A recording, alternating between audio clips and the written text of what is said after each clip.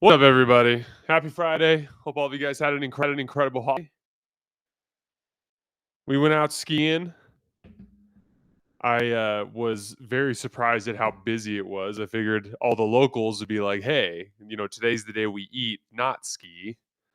And that Carly and I'd be able to sneak into a little bit of a empty mountain. That is not what happened. It was super busy. But we went up and we got about a half dozen runs in at Keystone, and then headed back and had turkey and the usual stuff with our neighbors. And then I played a little bit of basketball this morning, did a little workout, and then took an absolutely epic nap so that I feel a little bit better, a little more energized for today. Hope all of you guys had an incredible holiday. I'm super fascinated by this game.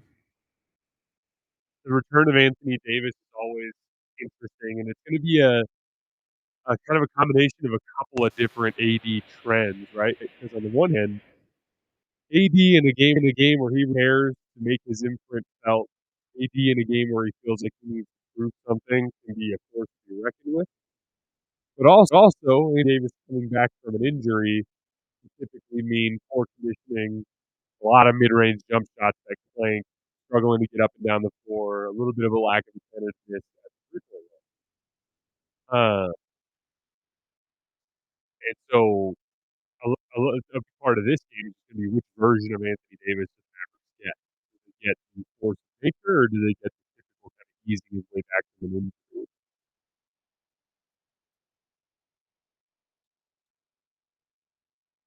Lakers are sticking with their typical starting lineup. We heard of DeAndre Ayton with Rui at the three. The big thing that's been standing out. You guys having trouble hearing me? Hang on,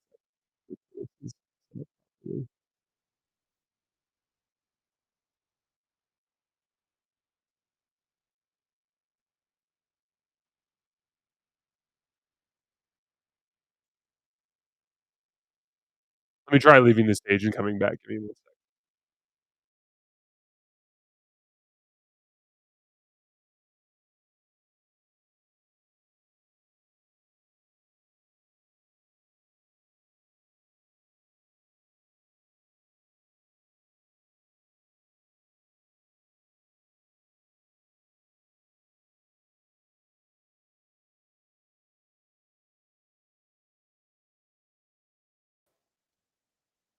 Okay, how about this? Can you guys hear me a little bit better?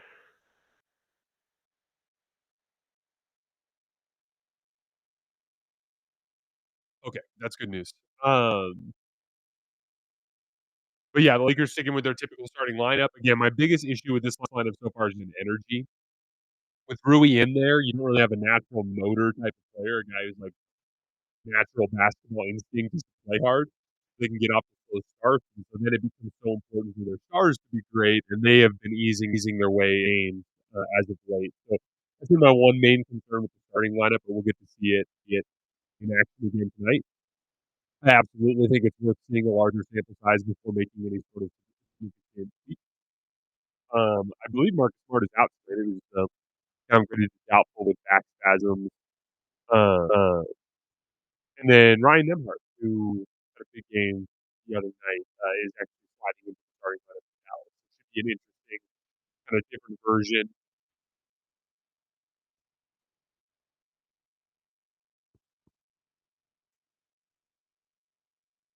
Sorry, guys. Let me see if I can figure this out. We have been having endless episodes of playback for us. So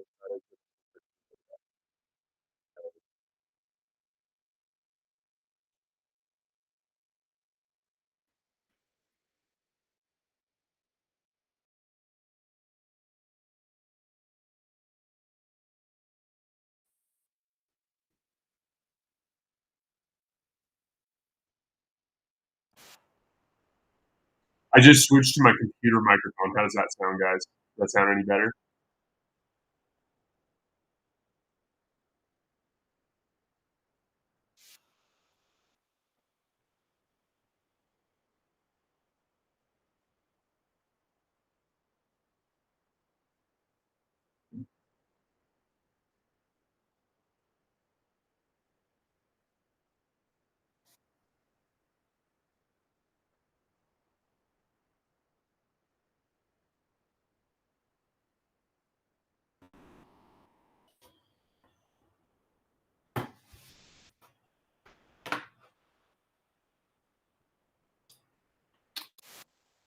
Okay, switch back to my main mic. How's that sounding, guys?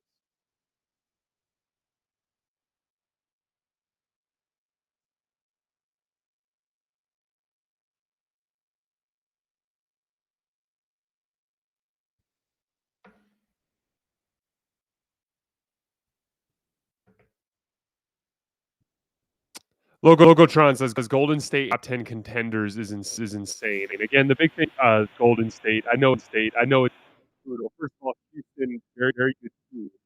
Been without.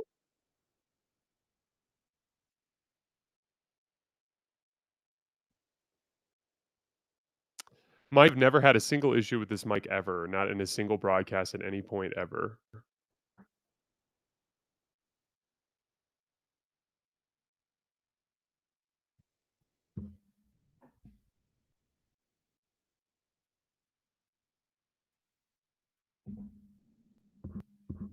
Yeah, I've already out and re-entered.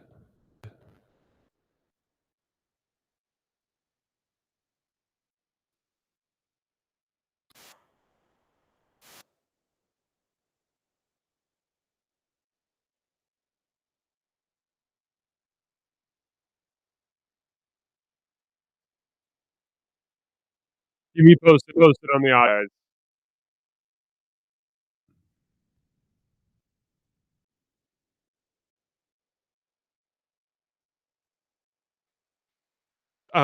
But anyway, with Golden State, Houston is so that's one thing to keep in mind. Sometimes you basketball games to really good teams. Even Kevin Durant, really good. Um, two, that was one of the worst games of the season. That sort of thing happens from time, and so for the most part, Steph's been awesome this season. And I still think the Warriors' formula works when Steph is really good. Yeah, guys, it's not any my mic. We do recordings. I think 10 recordings a week, and we've never had an issue with this mic ever. So there's just something going on the back end. Uh, anyway, the there's there's an amount of like bad timing when you're trying to reestablish after a really tough start to the season, and then your best player has one of his worst games of the season. And Steph just really struggled against the Houston defense. It has a better game. They win in general. The Warriors with Steph, Jimmy, and Draymond all on the floor together. And there's only so much. Uh, there's only so much you can overcome in game with Steph being out that long. Over time, with the schedule lightening up, they will get more of their legs underneath them. They'll regain a rhythm. I don't think Golden State's going to just be a 500 team all year. I think it's very possible that they've dug themselves into too big of a hole, and it's tough for them to get 50 wins. But to me, they are more like 50 win type of team.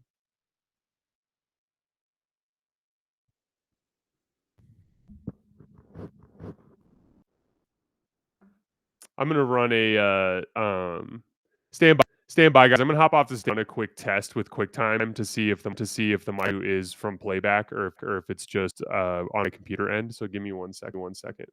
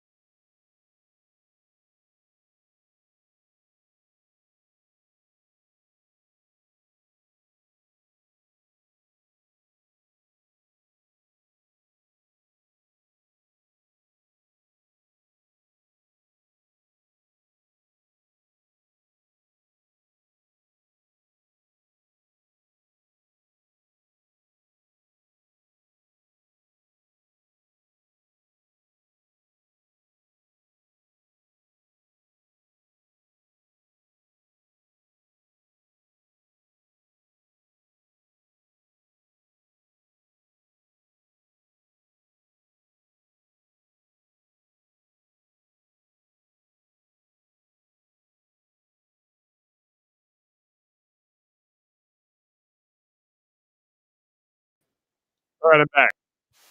I ran a mic test. Mic was working fine. Calls that are probably going on. I was watching a little bit on my phone. The Lakers easily, predictably starting with double teams of Anthony Davis. Good little strong side zone there from Luka and help forces the miss. How's it sound on the microphone sound side, guys?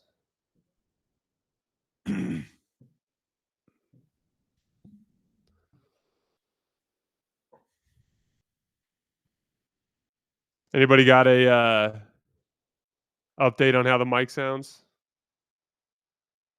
Are we up and running officially yet?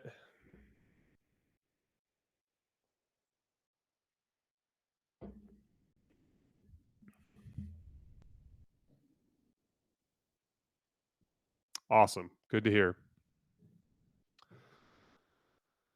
All right, let's get into some basketball. Sorry about that, guys. I sincerely apologize. Tech difficulties are infuriating, but they do happen. Nice job from Austin Reeves to poke it away in the pocket there, helping from the weak side. Dunk. Timeout. Good start for the Lakers. All right, what questions do you guys have? Anything you guys want to get caught up on here on the commercial break? Yuri says, "Hey Jason, what do you think of JJ's work so far in general?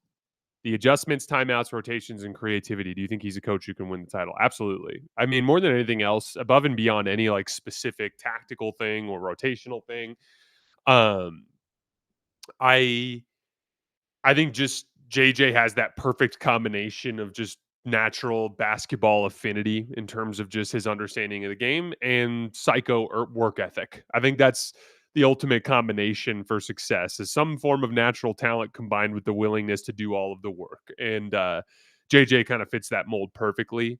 You know, a lot of the complaints that were levied towards him last year, he got more out of the LeBron AD duo post Westbrook trade than any other coach. Obviously, notching a 50-win season.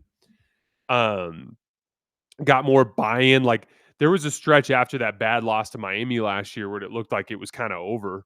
It looked like they were ready to just basically completely fall apart.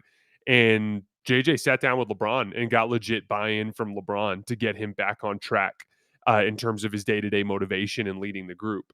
And then, you know, as far as the postseason goes, like I know there were a lot of people that were really keyed in on that decision to play the starters all 24 minutes in the second half against Minnesota in game 4.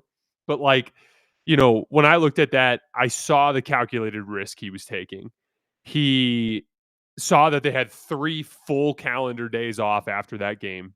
And he was sitting there thinking, if we get this win, we tie the series at 2 and we go home and anything can happen. And ultimately, like tip the cap to Minnesota. They hit a bunch of threes in that fourth quarter. Like Naz Reid and Anthony Edwards hit a bunch of threes. It was a really impressive comeback win from them. And still, even with that, 1 or 2 things goes differently down the stretch. The Lakers win that game. It's 2-2. You head home. No one's judging him because now they have 3 days off, and you bring that healthy group into game 5. There's some, you know, conversation surrounding like, oh, why didn't they play Jackson Hayes at all in towards the tail end of that series? Look, this is Jackson Hayes playing some good basketball this year. He's put on some muscle. He's improved in terms of his defensive decision making. He's not fouling as much. He's competing more in the defensive glass, doing beautiful work as a short role player. All this good stuff with Jackson. He wasn't playing well in his minutes in the Minnesota series. And JJ once again made a calculated risk to bail on that and to go towards small ball because he thought it was his best chance to win. And I think often we kind of play the results with that kind of stuff. And I thought there was a perfectly defensible case for the decisions that JJ made in that series. The one thing that he mentioned, and he personally admitted to this, was he talked about how before the series he was too light on them in practice and they weren't ready for the intensity of game 1. That's legitimate. He learned a lesson. That's something that he'll figure out going into future playoff runs. And in general, that's all you can ask from a guy that is, you know, curious and open-minded enough to admit when he's wrong, but also has the natural talent and the work ethic to kind of piece it all together. Overall, I think that he's done a great job keeping spacing principles that make sense for this particular team too. Like remember, Darvin had kind of gone all in on 5-out spacing. With the addition of Luka Doncic, JJ Redick kind of pivoted to 4-out spacing. and emphasizing some of their stuff that initiates offense at the top of the key with like horn sets and stuff to kind of keep things from getting too stagnant and pick and roll. I'm generally really high on JJ as a coach. He's going to make mistakes because he's young and new, but ultimately, I think in the long run, he's the right coach for this team.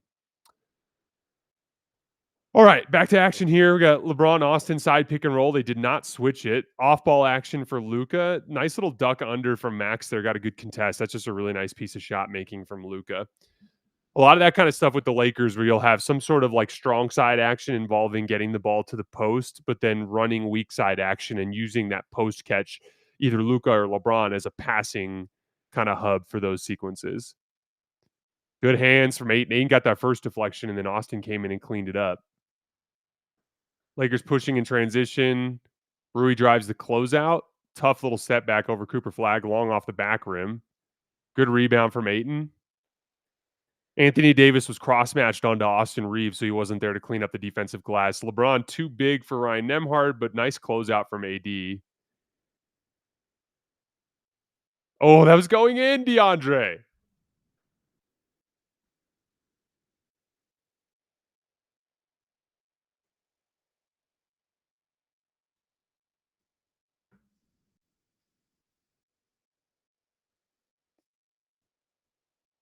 Tyler says JJ learns from mistakes. That's all you can ask. That's honestly that's the journey whenever you take on something new. And like for the record, guys, like there are veteran coaches in the NBA that are still making mistakes and still learning from them. It's not like you get to hire a coach that is mistake free and that won't make a decision you don't like.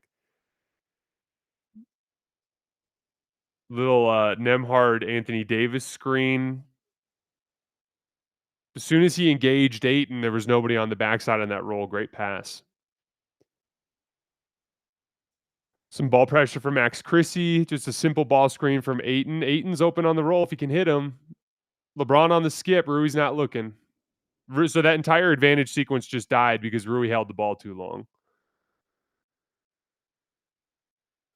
Austin. Oh, my goodness.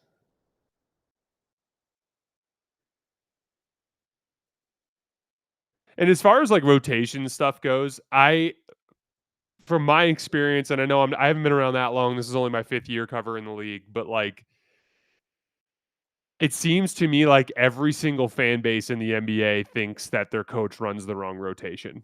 They always just think solutions are as simple as one different guy in each lineup. And I'm not going to sit here and pretend like lineup synergy isn't a part of what it takes to succeed as a coach, but more often than not, coaches I think do a pretty good job, and players just don't execute, and then we get mad about the coach not putting the right players out there. Nice vertical spacing window for Ayton there. Double wide screen for PJ that flows into a double drag. Gafford rolls. Well defended. PJ Washington drives the close. Look at how active Austin's being with his hands, doing all sorts of damage. Max misses the three. Nice little scrap rebound there from Ayton and Austin. Austin attacks Brandon Williams. Nice kick out to Rui. That's a good look for him. Oof. Brandon Williams pushes up to Najee. Najee runs over Luka. That's going to be an offensive foul. He read that kind of like pullover dribble really well.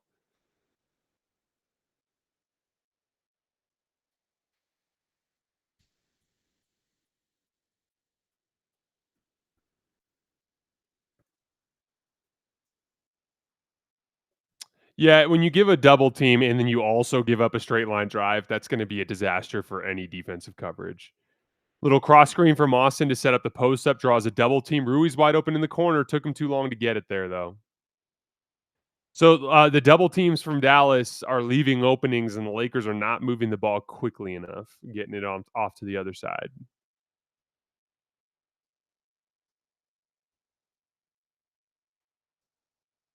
Double drag again, so Najee should pop and Gafford should roll. They both end up rolling. That's some funky spacing. And Rui can't get the rebound, so that's going to stay with Dallas.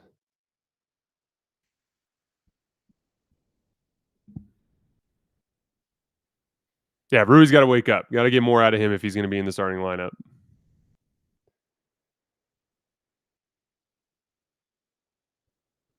PJ Washington just ran over Austin on the cut. That's going to be an offensive foul.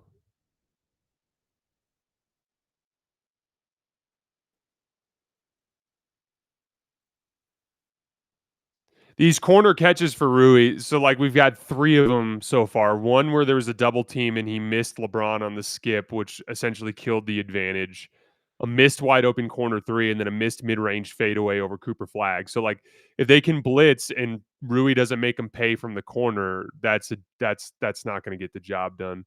Luka splits a double there, gets all the way into the basket for a layup. Najee turns the corner. He's got Austin in jail. Nice contest from Ayton. And look at Laravia come flying in to help rebound. As soon as Ayton stepped up, Gafford was in best position for the offensive board, but Laravia came in and battled it away.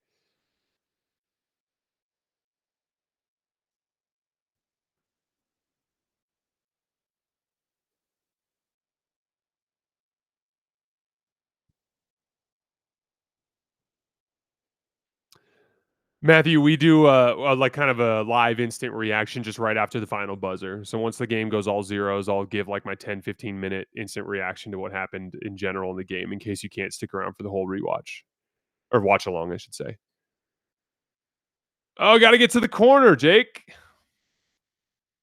Luke is mad about it. The reason why he wants that there too is it's just such a difficult pass for him to go across his body back to the weak side wing.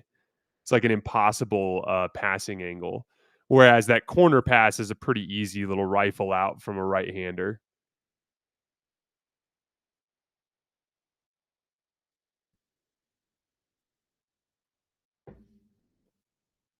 For those of you guys watching on YouTube that want to get synced up, I'll tell you guys as soon as the clock starts moving here. Brandon Williams is just about to release his first free throw right now.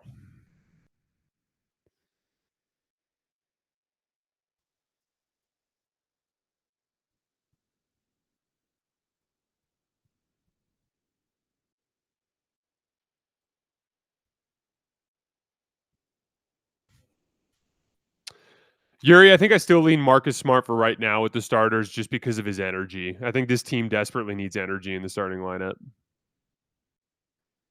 Little ram screen for Jackson. PJ fights through it well. There's the blitz. Austin's open up top if Luka hits him. Catch and shoot 3. Boom. Those are the ones that Austin's got to hit. Like we talked about in our Lakers offense video on Monday, so much of the Lakers offensive potential is going to come down to Austin and Luka hitting catch and shoots because they often are at the end of those sequences. Austin tags the roller, leaves Brandon Williams open on the weak side. Nice skip, nice knockdown.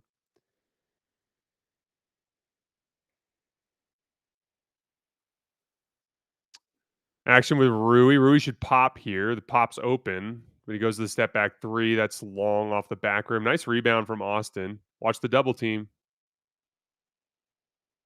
That's a foul.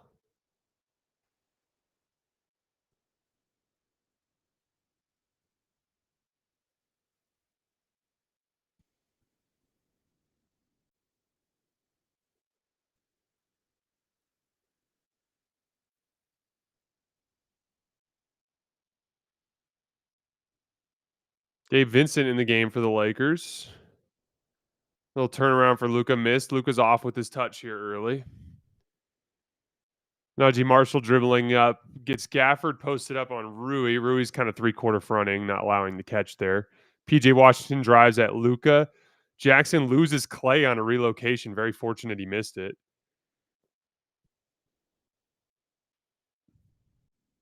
Luka's getting a little worked up at the refs here early. Tell me if you've ever heard that before. Looked like Daniel got ball first.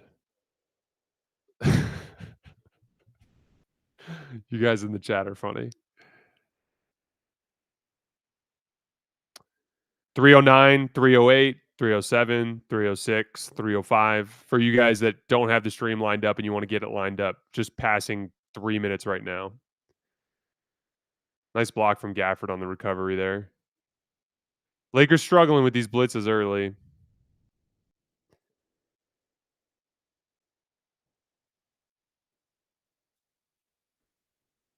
Dallas playing well here early. Defending and rotating really well.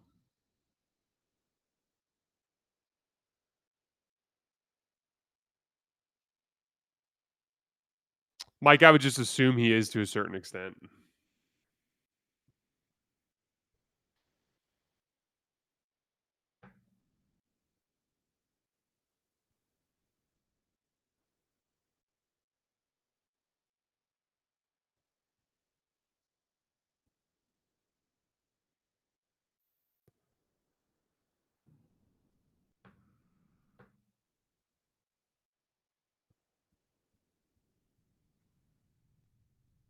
24 to 27 minutes, they say in the chat.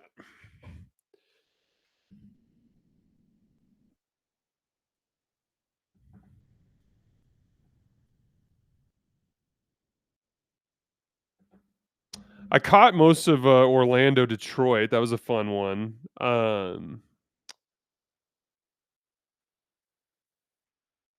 Cade was struggling quite a bit with the ball pressure throughout the game and the digging and the double teams that were happening on his drives.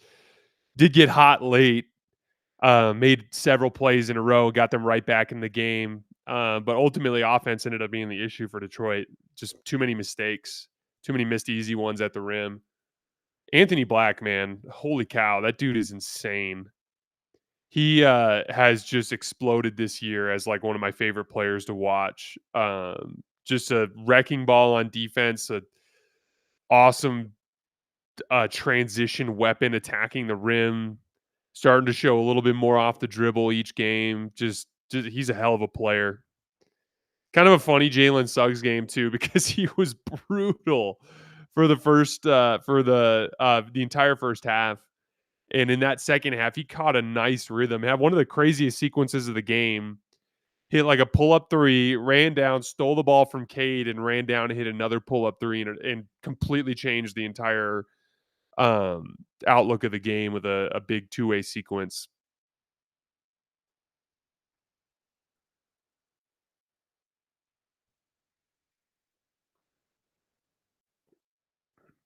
Yeah, Mike, I've been thinking the same thing. Like with how well Anthony Black has been playing, I don't necessarily think Jalen Suggs is such an integral part to their system anymore. The one thing that Jalen Suggs brings that Anthony Black doesn't, Anthony is shooting the ball a lot better, by the way, and I do kind of believe in it in the long run.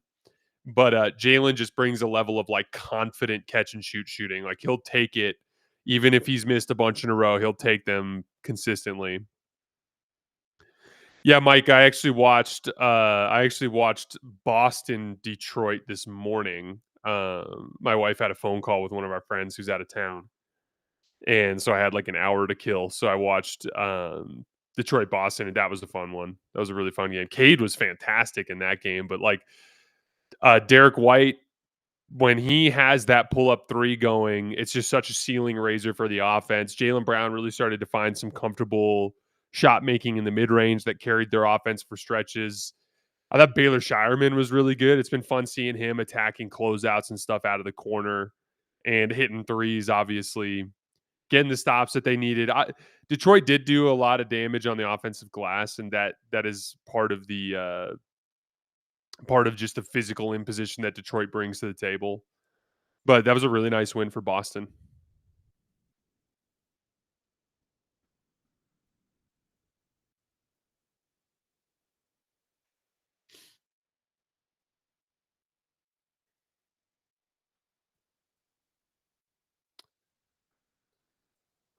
All right, back to the action here. Mavs about to take a 2-point lead off the Najee Marshall free throw. We got LeBron back in the game now.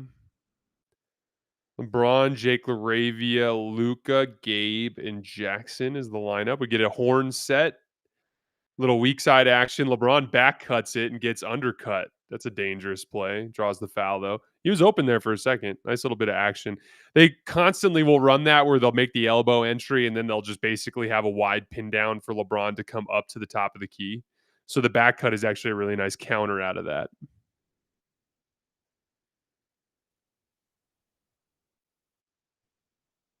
LeBron's practicing golf swings.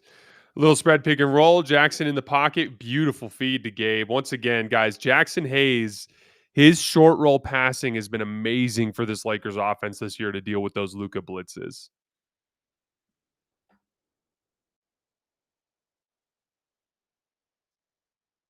What a defensive play from Jackson. Gets back on the roll, and LeBron toasted it out of bounds. Boo. Boo. Really nice work from Jackson there.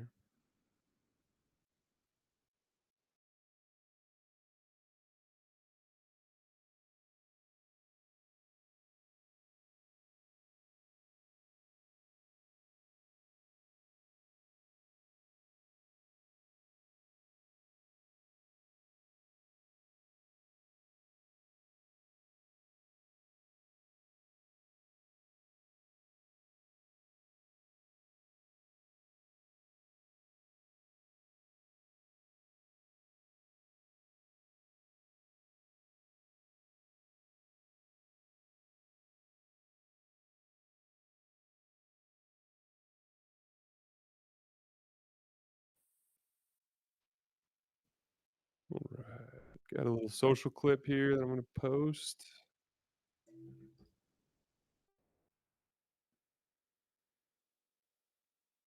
One fumble begets another. Now Cooper gives it right back. To Dr. Honey, I'm going to help you with the call out 206, 205, 204, 203. If you guys want to sync up your streams every couple of minutes, I'll tell you where I'm at. 158, 157. Another blitz from Luka. Gabe's wide open in the corner, makes him pay again. Look at Gabe Vincent, guys, knocking down shots.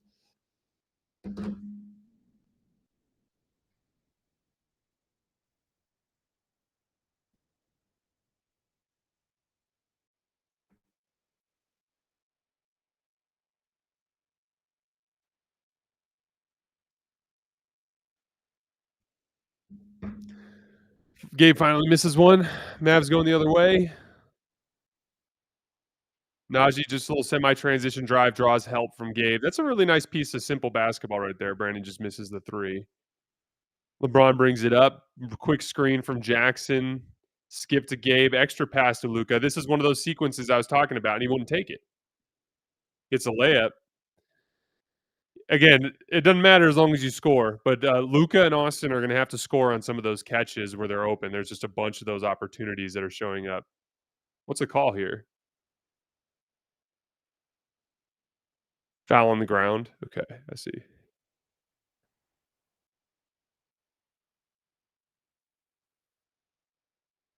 I'm gonna pin this here. This quick sync function. It's in the bottom right corner, just underneath the video, guys. 54, 53, 52, 51. Boy, lots of people fumbling the basketball around today. Yeah, it looks like a clock with like a yin and yang couple of arrows around it. Double drag. Lucas splits it back. Jake Laravia's open at the top. Hits it. Drives a closeout and turns it over. Jake. Good foul.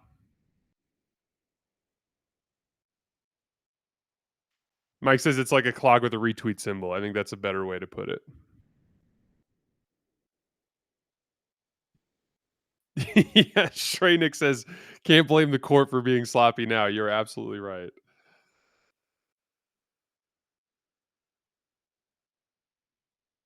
Yeah, and Trevor can't call him cardio Gabe next show. Gabe's actually played pretty well in the last few games.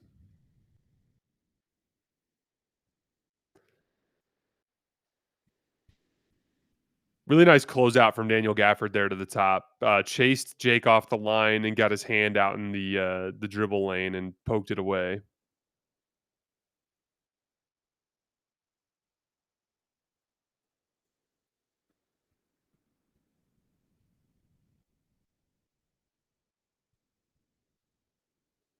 All right, the foul from Laravia ends up being worth it. We get 1 for 2 from Gafford. Lakers by 3.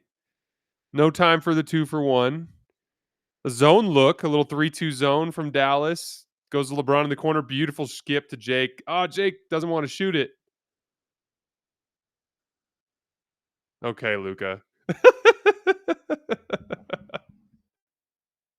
Such a ridiculous shot.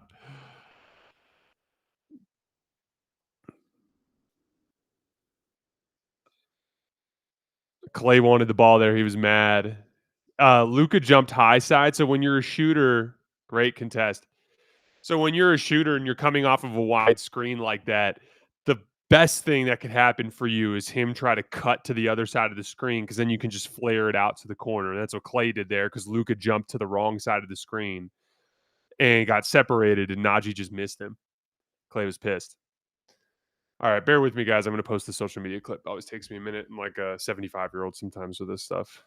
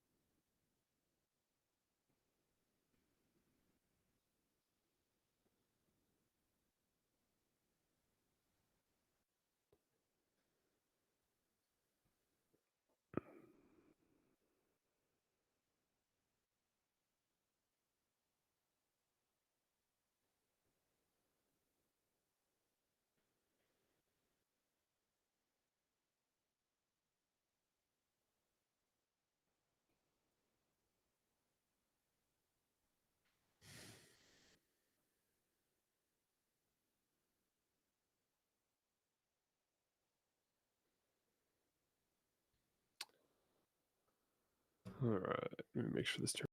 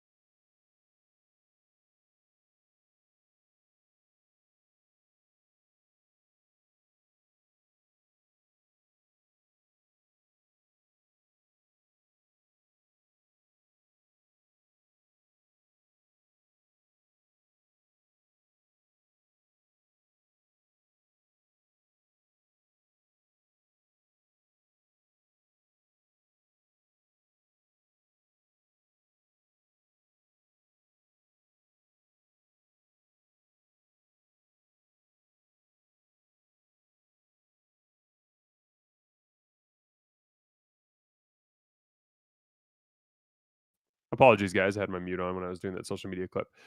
From what I understand, one of the nice things is that I've been wanting the Lakers to have another shot against OKC in the early part of the season here because their next matchup with OKC is not until February.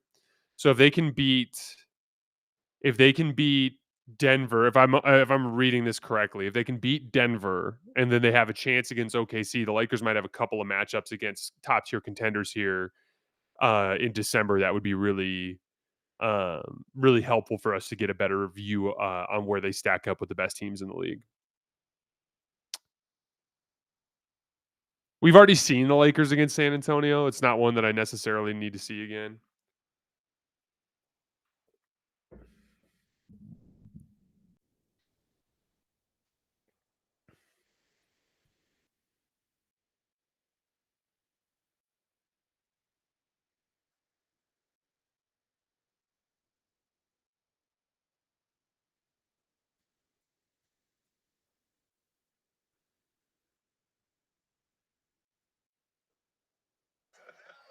Dallas goes LeBron in the corner.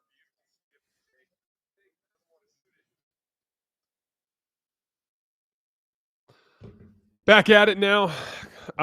Nice little bit of shooting work from Klay Thompson. Just couldn't get the roll. He got Gabe stuck on his backside. Got a clean look. Braun brings it up. He's going to post up Flag. He wants to clear the corner. He does. See how they set up the spacing, a little re-entry there. Nemhard's one pass away. If he engages, he's just going to throw to Austin. Clean catch and shoot. Boom. That's easy basketball right there. Just LeBron likes his matchup against Flag. Austin's one pass away. Nemhard doubles. Austin knocks it down. Austin jumps high side on the ice. Little bit of drive. They lose Klay Thompson on the skip, though. When Austin jumped way high side, they weren't really set up on the backside to help on ice. Ice will work like that if you're loaded up, but they weren't loaded up. Little ram screen for LeBron. Right into the middle of the floor, a little bit of shot making, missed at the elbow. Cooper Flagg gets the rebound. Dallas pushes the other way. Nemhard's open in the corner. He's going to get a look, doesn't take it. Najee on the kickback on the wing. Miss. Nice little bit of rebounding there from LeBron. He was kind of out of position, but he timed his jump right and got a piece of it and deflected it away. Austin tried to get a foul call there, didn't get it. Knocked down the mid-range. Lakers by 8. Mavs go down to the other end. Quick little ball screen with Anthony Davis. Austin's icing again. They switch it. Cooper Flagg. It goes under. Misses. When Austin goes under like that, Cooper's got to take it. Quick kick ahead to Austin. LeBron on the cut and draws the foul. Nemhard had to grab him there.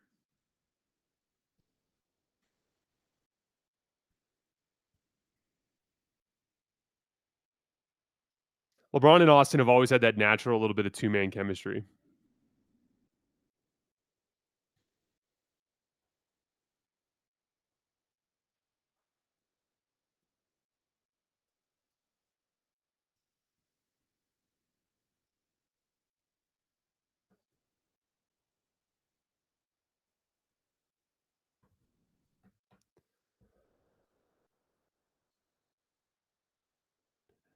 Najee Marshall's a good player. I've been a fan of him.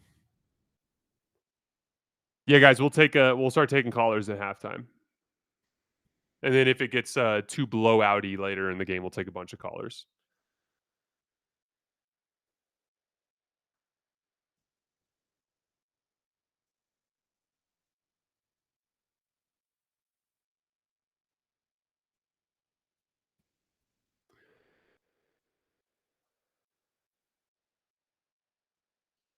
Goat Dame says the scoreboard might be frozen on YouTube. Are you guys seeing a frozen scoreboard on YouTube? The actual live game time and score is 10 minutes left, 33-27. 9:59, 9:58, 57, 56, 55, 54 for you guys trying to get synced up. Austin working against Clay in the mid-range, gets a foul on that one. Clay's upset about it.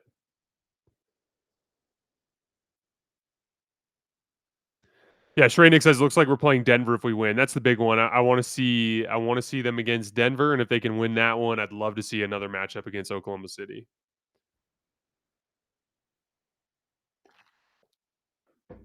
Yeah, Mike, is there anything we can do on our end that'll unfreeze the scoreboard on YouTube? Or is it just going to constantly be a little bit off? Yeah, we're at 35-27, 9:48, 47, 46 for you guys trying to get synced up.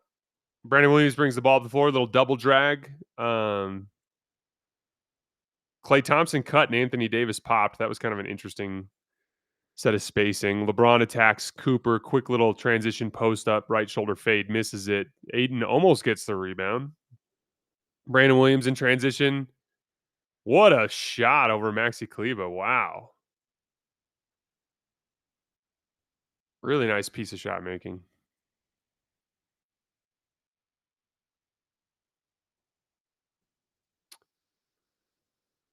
Ayton in the pocket off of the blitz of Austin. Easy too. That's easy there. Cooper's there on the flag, but Ayton just went right through him.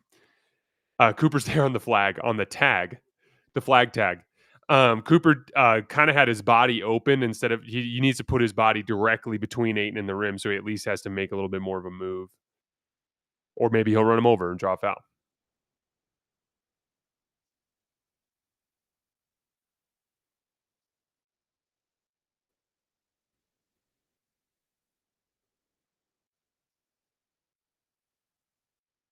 Cooper Flagg flashes on LeBron. AD cuts back door. They almost knock it away. AD settles for a tough step back over the double team. Maxey shoved PJ Washington in the back. That's the right call.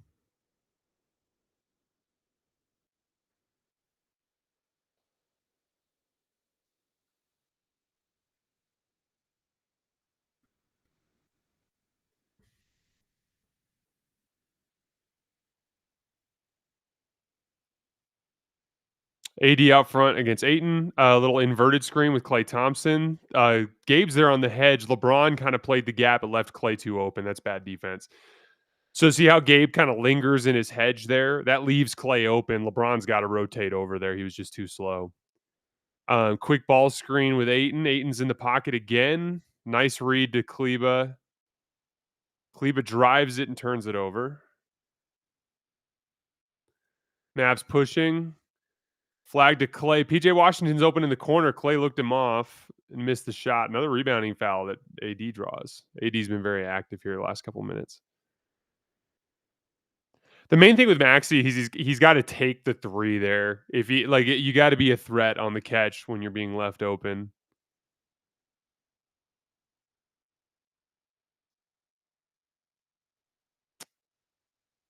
Yeah, it's definitely a really big lineup, but it can work as long as you don't keep getting out of position. They got to talk through those switches.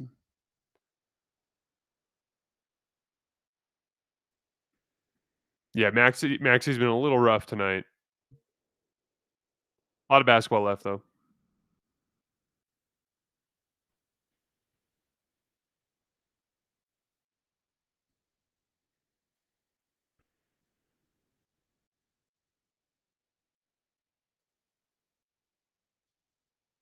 I don't know, Mike. It might be. Not 100% sure.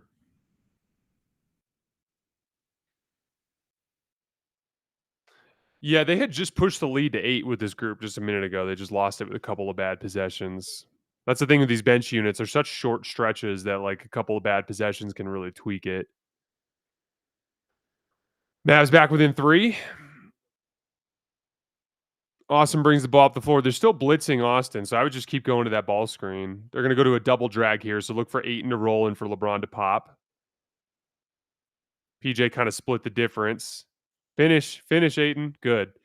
See how PJ was kind of not guarding either of them, and so then that actually left Ayton with a pretty deep post position. LeBron hit him. AD's popping. Ayton did a good job denying. LeBron gets beat back door. Mavs back within 3 again. Ayton ball screen. AD's in a deep drop. LeBron takes the pull up 3, leaves it short and right. Cooper's pushing up the left wing. Drives at the gap. AD ends up getting that. So see that's that transition basketball. We just talked about this earlier. They just had a possession where Najee Marshall drove into the gap and made a kick out pass to the opposite wing to Ryan Nembhard, and he missed a 3. Very similar type of sequence there. Cooper in the semi-transition drive just hits that gap on the left wing, gets Ayton to step over. So then all Cooper has to do is just throw a simple swing pass to AD, and AD just has to rip to the right, and he's already got Ayton beat. No one's in backside help. There's a dunk.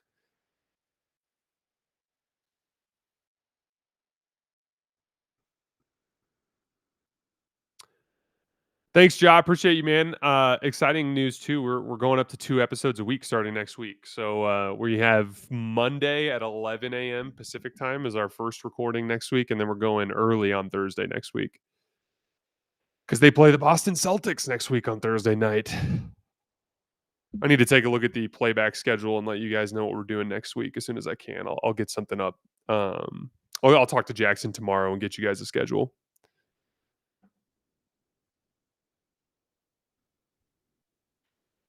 Jalen Brunson hooping.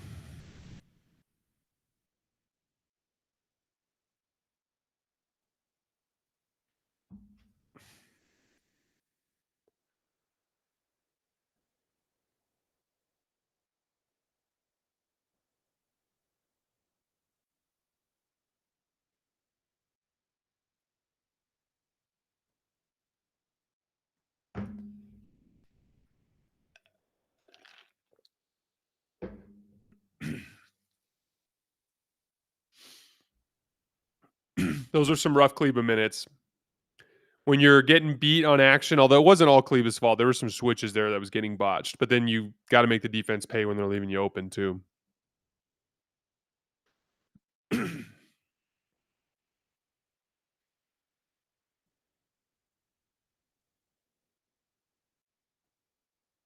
Yeah, Lakers Suns on Monday night's a good one. We might end up covering that one. We'll see.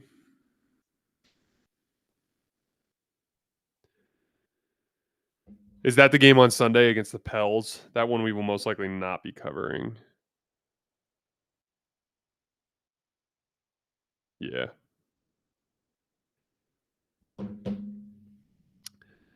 Skiing trip was good. Again, I talked about it a little bit at the start of the show, but we went up to Keystone, and I was like shocked at how busy it was up there. We had gone on Monday and it was super busy. And I was like, oh man, like everyone must have this full week off for the holiday. So I was like, well, we'll just go on Thursday because everyone will be having, turkey and watching football. But like, and I figured all the Colorado locals would be like, yeah, we get to ski whenever we want. So why would we ski on Thanksgiving? I figured it would be slow. It was the exact opposite. Everyone was up there skiing. It was so busy on Thanksgiving. Um, but they have enough runs open there that it was still okay, and we like skied for a few hours, and it was still a really good time. They had a bunch of snow come in on Tuesday. They had like 6 inches of snow on Tuesday, so the quality of the snow was just better. Um, then we came home and I took a killer nap, and then we went and had some turkey at my neighbor's house, and so it was a nice Thanksgiving. Called on my friends and family back home in Tucson. Miss them very much this year, obviously, with the move. But we're going back to see all of them in December. So I'm very excited about that.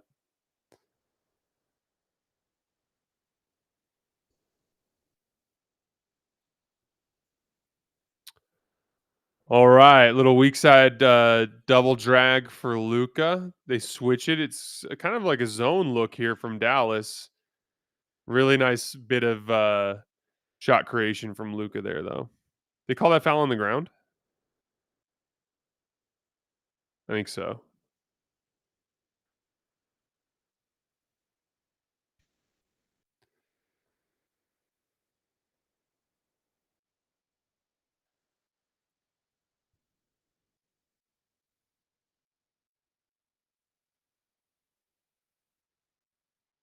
I don't understand the call here. Are they sending Jackson to the line or Luka?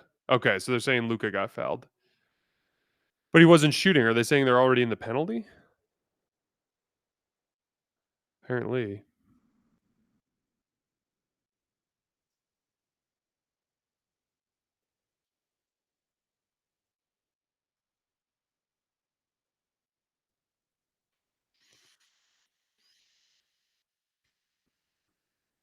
Lakers by 3, and a couple of line drive free throws there from Luka.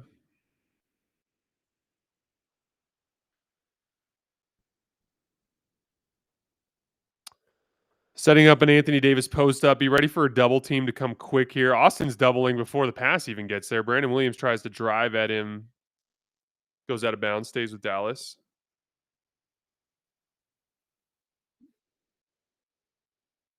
My top AD trade destination is the Knicks. I think an Anthony Davis, Carl Anthony Towns trade is super fun for the league.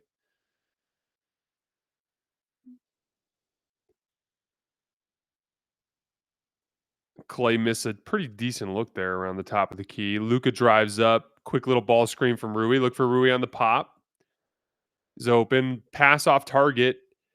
Rui, shoot the damn ball. Oh my God. Can't make it. All right. Mavs going the other way. PJ breaks off Austin with a little physical drive, pullback dribble, knocks it down. Really nice piece of shot making there from PJ. Tie game, guys. As we've talked about a lot in our Lakers coverage this year, the Lakers have not been a good first half team this year. Hayes scores on the roll there. Clay up the wing in transition, drives at Gabe Vincent. Some decent rotations from the Lakers shut down the drive. Brandon Williams has Luka on a switch. He might try to drive at him. Let's see what he does. The Gafford's getting fronted by Rui. PJ tries to drive through Austin. That's good defense, Austin. Great rebound from Jackson. Luka with the ball pushes up the left wing to Austin. He drives at Gafford with a low gather and draws the foul. 43-41 Lakers. Austin headed to the line.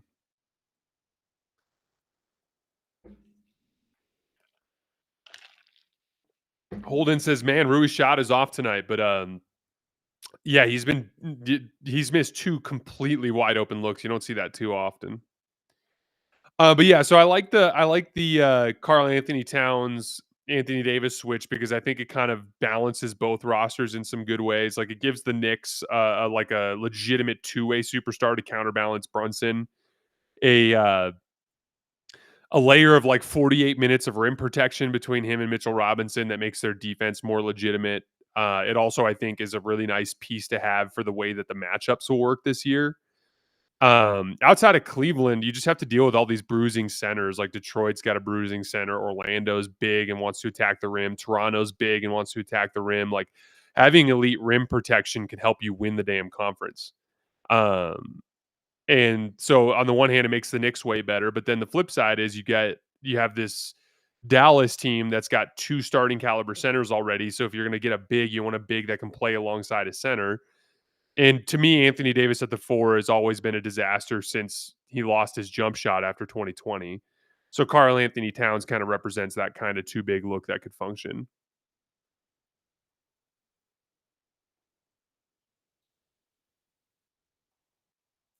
Yeah, that's see, this is an interesting point. As Mavs management, I could never trade Luka for cats as D1.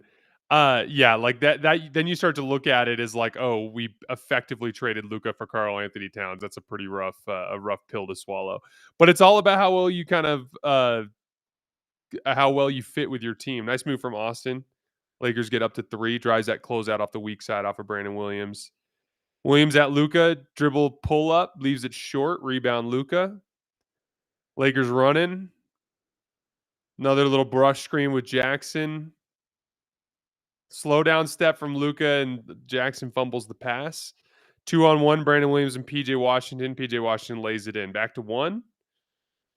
Those turnovers, we talked about this in our last stream, but those turnovers out of ball screens where both Jackson and Luka are driving and rolling. Offensive foul on Jackson. These turnovers that happen out of the Luka ball screens off the top when Jackson's rolling, they almost always lead to terrible floor balance situations because what ends up happening is you have two guys that were above the foul line suddenly going below the foul line and usually only one player replacing them on the relocation. And so as a result, any turnover is just going to be a 2-on-1 or a 3-on-1. Brandon Williams misses on Luka, but a great put back there from Gafford. Navs take a 1-point lead. Rui's posting Max, but gets out. Screen with Jackson. Here comes the blitz. Luka tries to split it. Jackson dunks it like crazy on the roll there.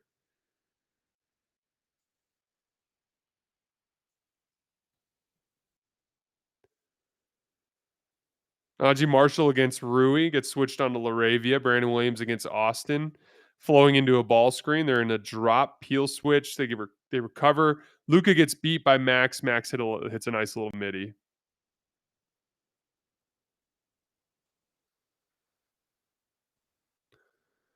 Okay, Luka. Not a good shot there.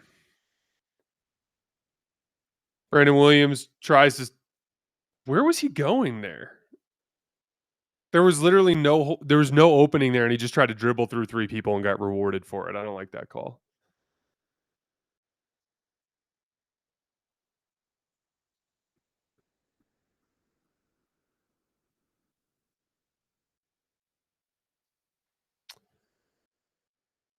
It's a boys, and thank you so much for the super chat. What's up with Austin Reeves catch and shoot threes this year? I mean, what's up is he's not making them at a high clip, although he did hit a big one late in the game against the Clippers. But he just hasn't been shooting them well. And I've talked about this a lot, but I think it's one of the most important kind of swing factors for the Lakers and their goals this year is they need him to knock down catch and shoot threes. There's just too many of these sequences that are ending with him getting a clean look.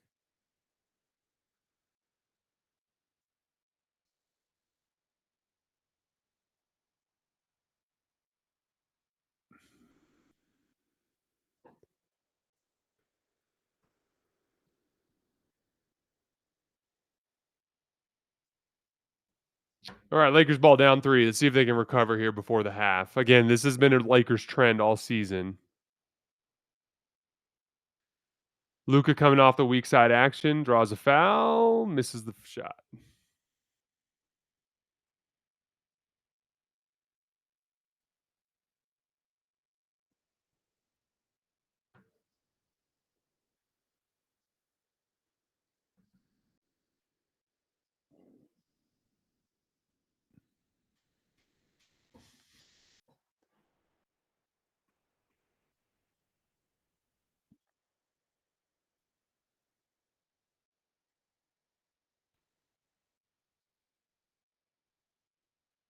Luka hits the first.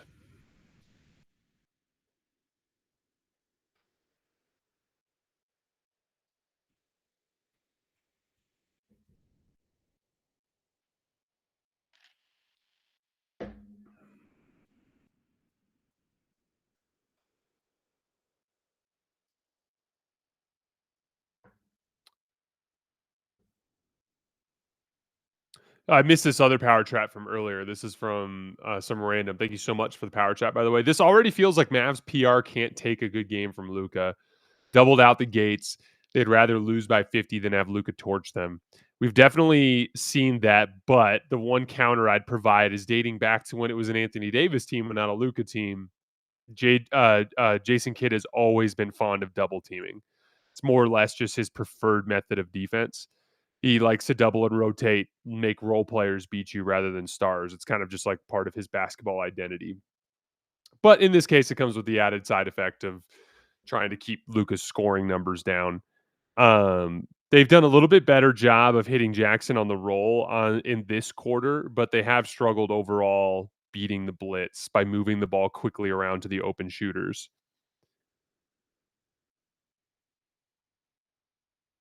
Turnovers really killing the Lakers too. They've given up 10 points off of 7 turnovers. We talked about that earlier, but it's just part of the issue with floor balance and pick and roll.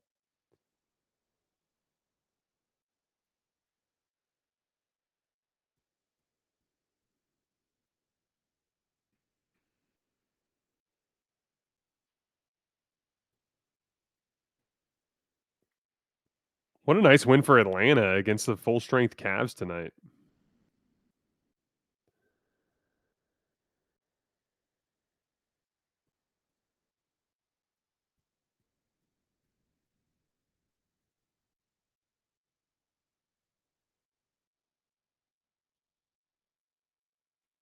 Mitchell got hurt. It looked like he had 40. He had 42 points too. It must have happened right at the end of the game.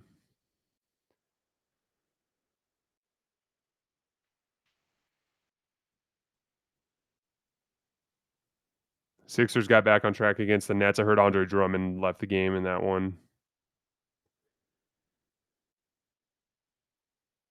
Hornets beat the Bulls. That's a nice win for them.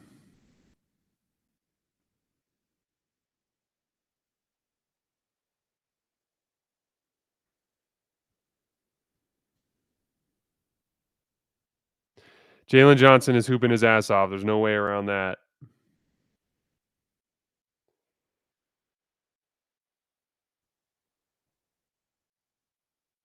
$29, 12, and 12. Good God, guys. Oof. We might have ourselves a superstar in our hands.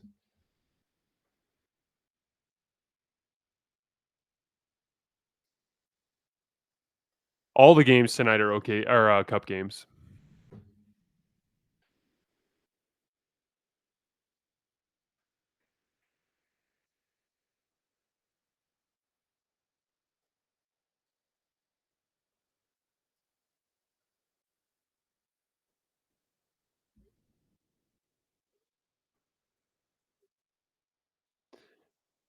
Yeah, regardless of who wins that Lakers Nuggets game, seeing one of them play against the Thunder would be awesome.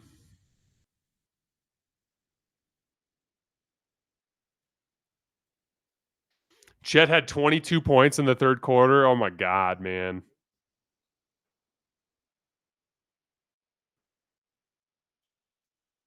Start getting your requests in, guys. If you want to come up on stage, I'm going to let you guys up when we get to halftime here, and we'll talk some hoops while we wait for the game to start back up.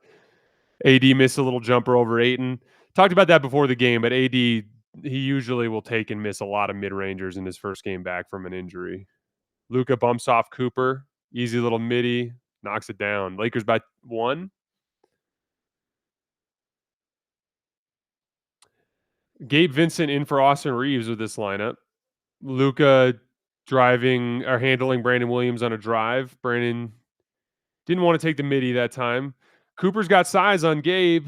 Little jumper, knocks it down. Nice piece of shot making from Cooper Flagg.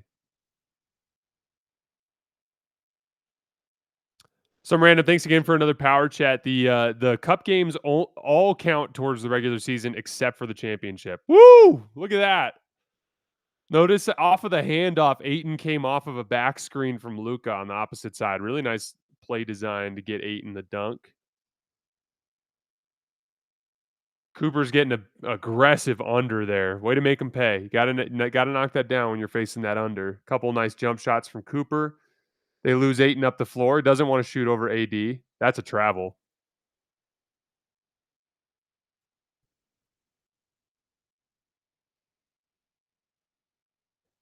Yeah, Jesse. I mean, I want to see a couple weeks of Trae Young playing with this group. But yeah, if it looks like crap after that, then by all means, make the change.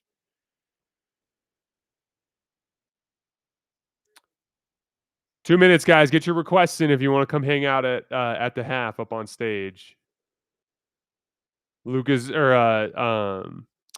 Cooper was facing another aggressive kind of passive, or I should say not aggressive, a passive coverage from Ayton and drove right into him and got a shot blocked. LeBron on the wing pitches over to Luka against Brandon Williams. Turnover.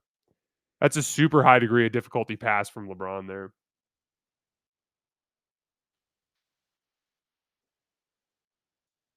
Gabe goes under on PJ. Ayton went for the block, and that left AD open on the trailer. Really nice rim pressure there from the Dallas attack.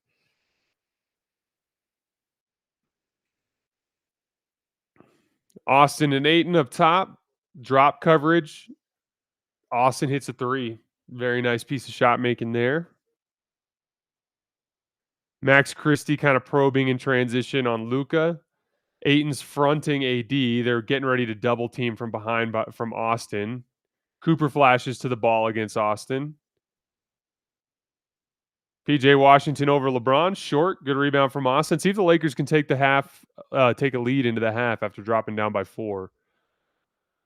Here comes another ball screen from Ayton. We'll see if they face a pretty deep drop on the last one. He hits a pull-up three. So see if AD comes closer to the level. If he does, that's going to put Ayton in the roll. He's back again. Bad pass from Austin. Just led him a bit too far.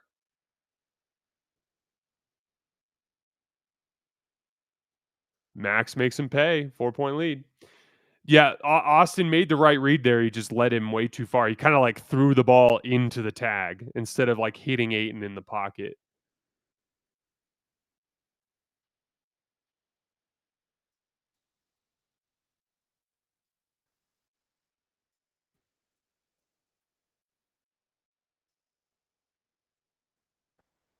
Luka caught Max leaning on him there and just kind of jumped up into him.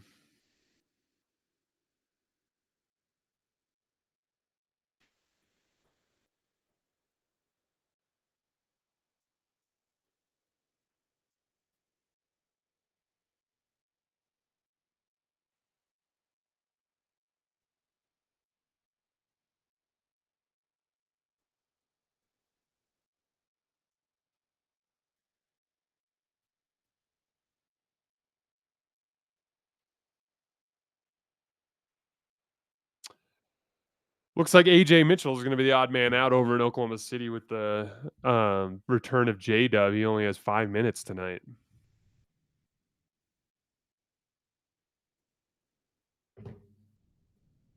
Depth on depth on depth. Oh, did he get hurt? Well, that's not good.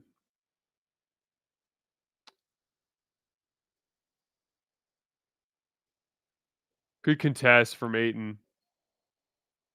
And he smoked that one too. Wow.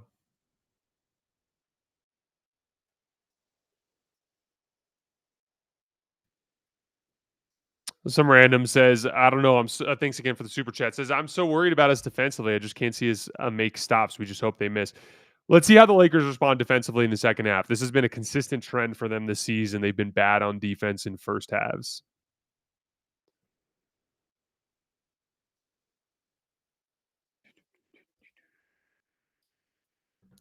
Switch over to Denver for the half. I'm going to bring Mike up. If you guys want to come hang out on stage here at the half, send in the requests. We'll get back to game action when the half starts, but we can talk some hoops here for a little bit.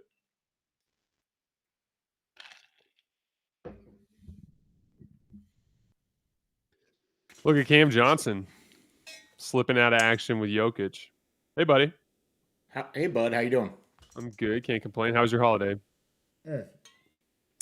It was great. We went to a restaurant called Park Chalet for Thanksgiving. So there was like 8 or 9 of us at dinner with family. It was cool. It was a good time. That's awesome. How was yours? I know you Good. talked about it a little bit already, Yeah, but just skied during the day and then had some dinner with our neighbors at night. It was pretty low key. This we red Nuggets court is kind of cool. yeah, that's actually pretty awesome. We got to talk about this Warriors take you had on Nerd Sesh today. Now to be fair, I I know you recorded guys that on recorded. Monday before the Houston loss, but yeah. I know you guys recorded that Wednesday morning, so you didn't have the benefit of seeing that Warriors game Wednesday night and the post game availability. But man, they that team has some issues at this point. You I'm know, not too because worried about him. Steph had a bad game. Steph has a better game, they win. It's bad timing to have a bad Steph game when they kind of feel like they need a win in the standings. But I think what happened with Golden State was they got ran down by their schedule and they're a little shook. They've lost some confidence. They've lost rhythm. Guys are a little grouchy. That'll happen. I think they'll find their footing. I think the big three is too good and their culture is too strong. They're too good at home. They're going to find a way to. I would be shocked if they didn't have at least 45 wins at the end of the season. my look as someone who lives here and watches that team every night. My only thing with them is I just think they're too old. Like genuinely, a lot of these issues tend to pile up, and it's not just the Kaminga stuff. It's not just the amount of small guards that are randomly getting put in. Whether it's Kerr going back to his favorite GP2 or going to Pat Spencer in need of minutes. I just think like there are real issues on that team. Al's already out with another old man injury, and it's like Steph's gonna get chipped up here and there. I just struggle with a team that old, thinking they're gonna get that many wins. That's where like my fundamental issue is with that team. And look, they're gonna make a trade, Jason. That can make a trade is happening. Who it is, what it is, there's gonna be a whole lot of content made about that from January 15th on, probably earlier. But like, I just think the issues are there. Would be my concern more than anything else. So I think the stuff with their age is a little overrated because the majority of their rotation is actually made up of younger players. Sure. It's their top players are the older ones, but ultimately with them, like I'm a big believer that like however your top players are playing kind of dictates the size of the roles for everyone else. So classic Agreed on example, that. like all of a sudden the offensive shortcomings of the rest of the roster are going to be a bigger issue when Steph's playing bad. Mm-hmm. Like they're connected. Um, to me, it's just in order to get consistent play from the older guys, they needed their schedule to lighten up a little bit and they needed to regain their legs.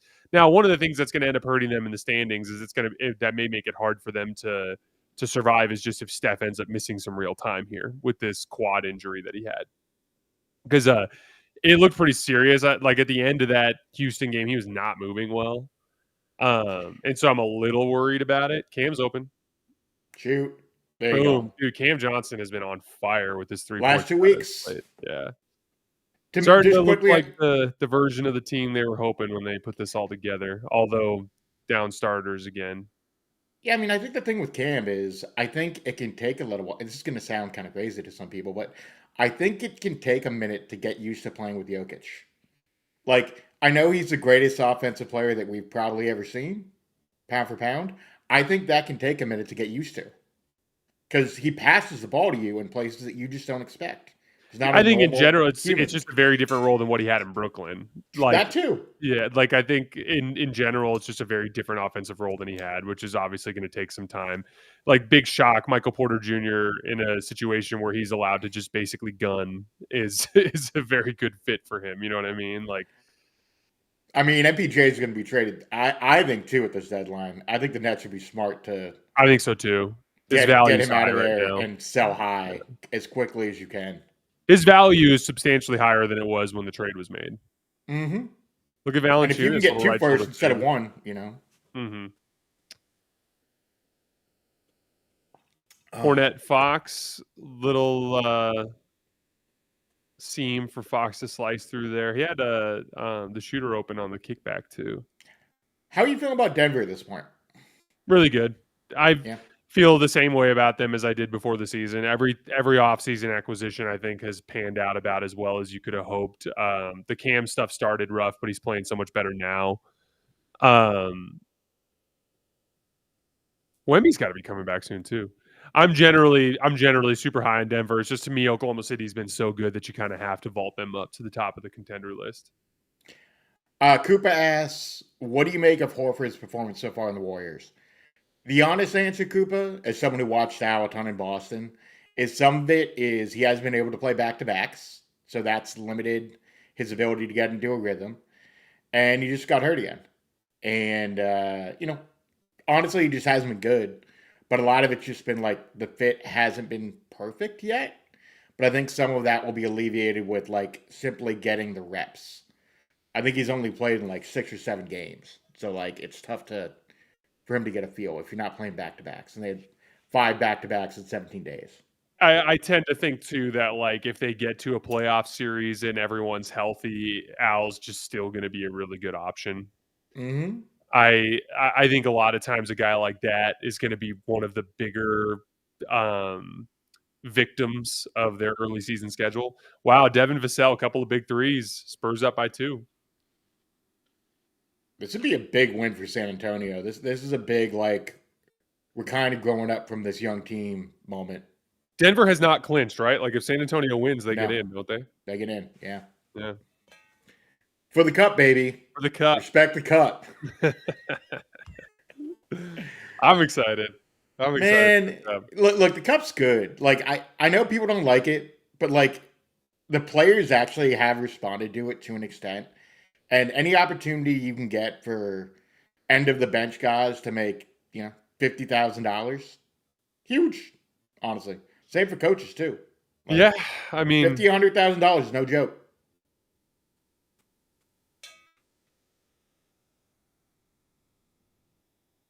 Devin Vassell's been so good on defense in this stretch, too. Ooh, Jamal. Jamal spokes it. Vassell again? Nope. Kick out to Champagne. Oh, dude, Bruce Brown's come a little bit close to his feet on the last 2 closeouts. You better be careful. Not Zeke Naji sighting. How about that? Wow, they're gonna. Oh, Bruce just leveled Darren Fox on the screen. I think they called Champagne for shoving him. Okay, I was gonna say. But yeah, like to me, like the Golden State will ultimately just kind of enter into that middle tier in the West in some way, shape, or form. I'd be stunned if they miss the playoffs and they're still as good a threat as anybody, as an upset threat. Denver, to me, I still put them above Houston, mainly due to continuity. Just Houston will have these really ugly offensive stretches still, just because they're still playing such a new kind of style. Nice shot from Tim Hardaway. But OKC to me has clearly separated themselves. I mean, OKC might win 74 games. Yeah, they're that good. Luke! Way around it. Cornette smokes the lefty hook. Miss you, Bruce buddy. Brown pushing up the right wing. Hits the gap. Hardaway again. Money. Boom! THJ on Look fire. At Tim Hardaway. Doing the thing. Love to see it. They just have so many more guys that can get hot on their bench. It's a little bit like OKC in a way. Not necessarily as young, but they can just bring guys off the bench that any guy could put up 20 on you. Yep. Genuinely. Like, whether it's THJ, Aaron Gordon when healthy, Jamal Murray. And one. Oh, yeah, that's offensive. Clear. I don't know why Mark Williams is leaving his feet on that type of close. Yeah, that looked like the classic knee to the groin that might be tough to get up and walk off there, Colin. Let's see. Yep, that is a charge. Yeah, that is definitely a charge. Like, Colin started to turn himself a little bit, but I don't blame him because that was like a nasty hit. It's a pro hit. By the way, Jason, I know this won't really matter for the audience, but one thing you can do on here that I do regularly is if you don't want to necessarily like watching. Oh, good steal. Jason Wallace. Cookies and the That's the dunk. kind of shit OKC will do to you. They have a preview function on here, so you can watch any game you want at any whenever the games are on. So it's basically unlimited league pass for creators, which is great. Allows you just to get game notes on while you're watching other games. Another seal. You want to clarify that for me a little bit? All right, so let's say I'm streaming, or let me actually reframe it. Let's say on a night that I don't really want to stream, but I do want to watch games, I can pull up any of the games that are on League Pass and watch them in my room by myself. Oh, awesome. Yeah. Too bad I already pay for League Pass, I guess, huh? Yeah, but the upside of it is it just allows you to quickly and easily go back into games. I'll use the pin function so that I can have 5 or 6 games on at the same time. Uh-huh. So it's like having a multi-view of all you of can the games pop on. back and forth. That makes sense. Mm-hmm. It's a nice one. For those who are creators and want to join playback, feel free to reach out to myself or Jason. Happy to get you started on here. You can interact with your community, watch games live. It's a hell of a platform. Well, I turned that game and OKC blew it open in a matter of seconds. I mean, that's OKC for you. Yep. And they did it just by getting steals, running out. That J. Will little bit of jump shooting over Mark Williams was impressive. It's so funny with OKC because J-Dub, by virtue of being hurt, isn't going to get the max this year. So they get another bit of luck. That's right. That's right. They're going to free up an extra 5% of cap just by him not happening to be hurt this year. That's crazy. I didn't even think about that. Yeah, he goes from a 30% player to a 25% player, I think. And that's significant. Yeah, Mr. Luck Picks. He got paid, but the thing is, if he had gotten a second All-NBA team, or, Depoy or MVP, he would have locked up the Rose extension, which would have given him another 5% on his deal. Good to see Dylan Harper a significant back. Amount of money. Wide open 3 for Harrison Barnes makes him pay. Star Fox, baby. It's good to see Dylan Harper back out there.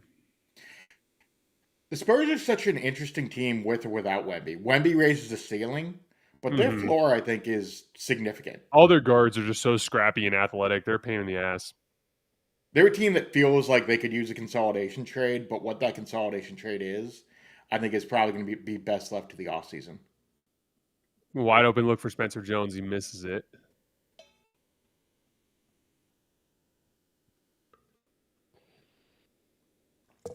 Because they have a bunch of dudes who I think, whether it's Keldon Johnson, Jeremy Sohan, even Devin Vassell, a bunch of guys that you could probably upgrade into a better piece.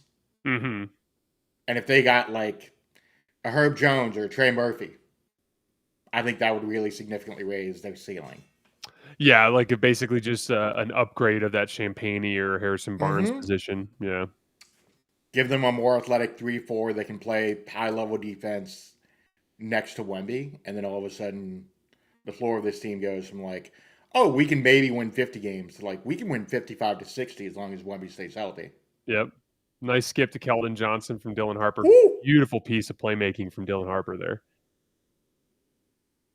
Throwing the guns out. Yeah. San Antonio wants this game, guys. Hop back over to OKC. 4-point game. This would be a huge win for the Suns. Oh, my God. This is a Phoenix team that I think people doubted coming in, understandably so. Jordan Knott has done one of the best coaching jobs of the year. I would put him top 3 for coach of the year at this point, if not the front runner, frankly. And they're just doing all the little things this year that they didn't do last year. Yeah, they got buy-in on the defensive end from day one, like literally Mhm. from their first preseason game, and they've just got better defensive talent through a little bit of roster balancing from the trade. Their center rotation is like sneaky versatile. They have a bunch of different types of options they can go to there. Kind of reminds me a little bit of the Lakers center rotation, where it's far from perfect. Like there's nobody there that you're going to put on an all-star team or consider to be a super high-level starter. But like you've got like a traditional drop coverage big, and then like a switchy athletic big, and then like a more of a like a freaky athletic rim protecting big, right? Like they just have all these different types of bigs, and it's given them options. And then the improved defensive talent, the buy-in from day one, knowing they have to win with defense rather than begrudgingly playing defense. Shea, oh my God, that step back three has been so lethal this year. Yeah, to me with the Suns, they got away with one. I'll Great say pass this. on the roll. What a Big shot three! from Jordan Goodwin. I never sold my Mark Williams stock. Whether the trade got rejected in LA, back in Charlotte, and now in Phoenix. I'm Team Mark Williams here. That kid is Jason super Wallace. talented. Boom. Oh Another my three. God, dude. Dude, the shot making from OKC has just gone up such a big level this year. Jordan Goodwin looks like he tweaked his ankle. That's just a confidence thing from winning a title, right? Like, I think it's that, and every single one of them is just in the prime age for like taking substantial leaps.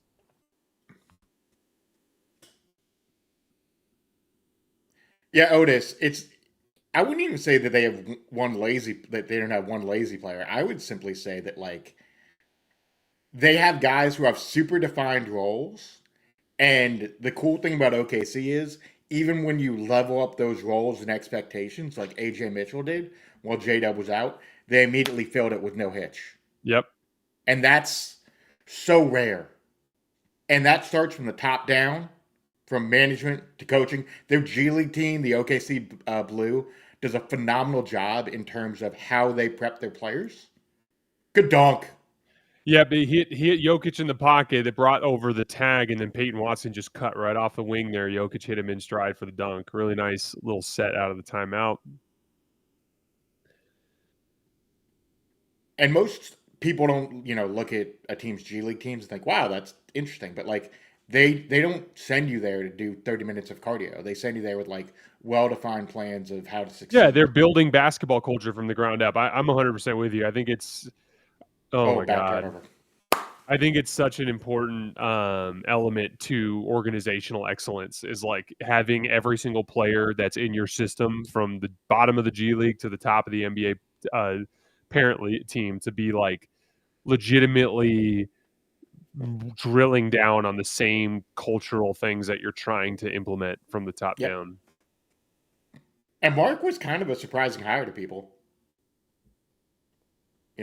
He's I think improved as a coach as well. So it's not just the players improving and taking a step. Like Mark's really improved as a head coach.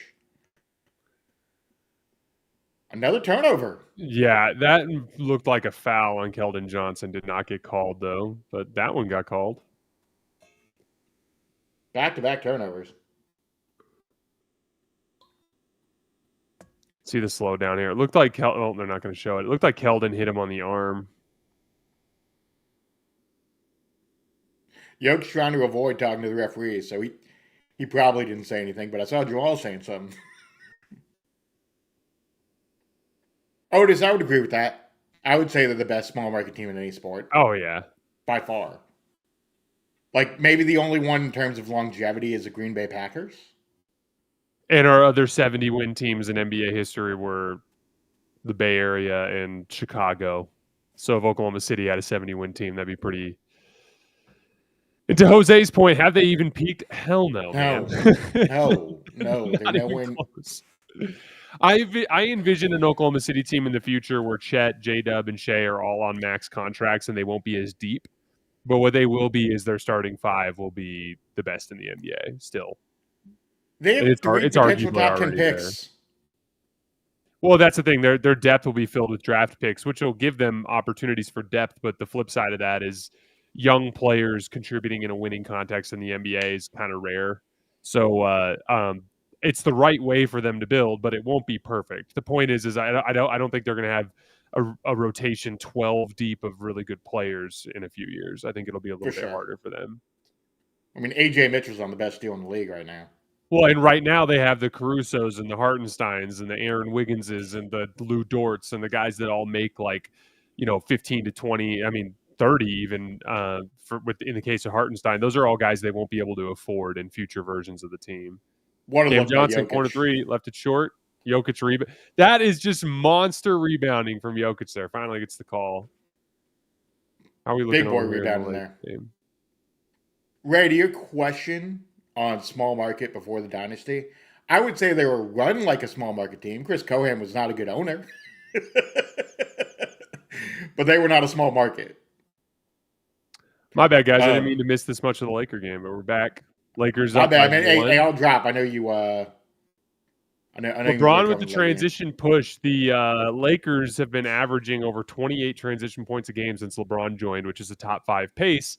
After they were a bottom 5 transition pace and volume team before LeBron joined the team. So nice little addition to the team there. We'll head back over to San Antonio for a minute. Well, actually, we're 109, 106 over in OKC. I'll stay to the end of this game, and then I'll quickly bounce. Okay. Give it a second. Book. Nice board. Royce O'Neal banks it in. 1 point Bank game. is open on a Friday night.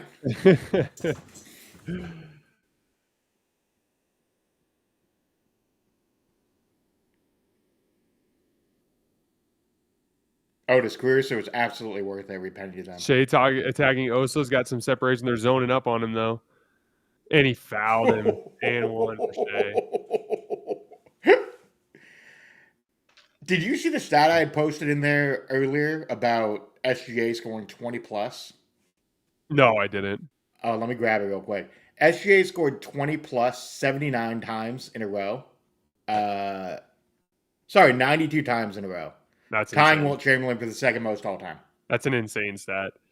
Oso was so funny there because he could have gotten a contest and then he pulled back his contest and then still fouled, which is dude, it just contest. At least make him miss the shot if you're gonna foul him.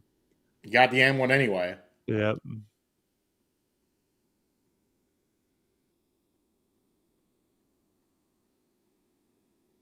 Thunder getting physical. Gillespie wide open. Money. Wow. Another one. Again, OKC leaves people open. This is the dirty little secret about their defense. They are constantly leaving people open. You just have to be able to, you have to be able to not turn the ball over and make the appropriate reads to break them down. Dylan Brooks takes it away from Shea. They got a 2-on-1. Reset here. Dylan, don't shoot that. Dylan wanted that one too. Don't get any ideas, Dylan. That's Chet Holmgren. What are you doing? Oh, he nearly made it anyway. I know. I hated that shot, though. I mean, you could tell from the moment he got the ball at the top of the key, he was shooting.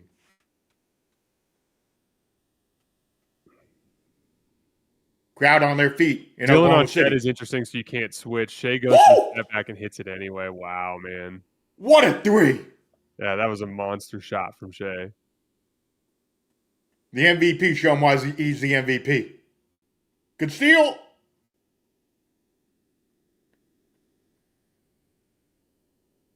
How is that a foul?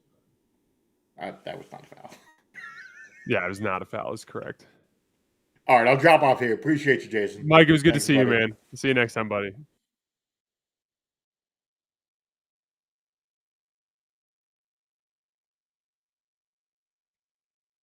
Beef on beef. They lost Champagne on the back cut on the sideline out of bounds, or baseline out of bounds. Easy and one. Wow. Some mistakes here from Denver, guys.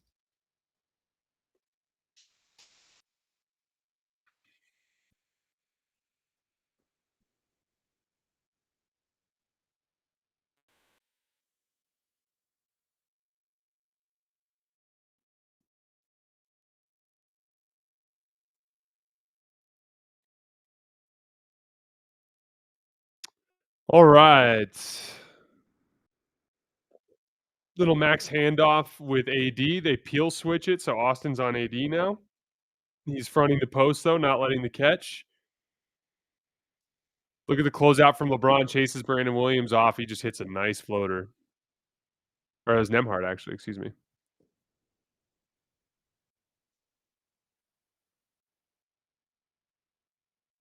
Ball screen. Switch now.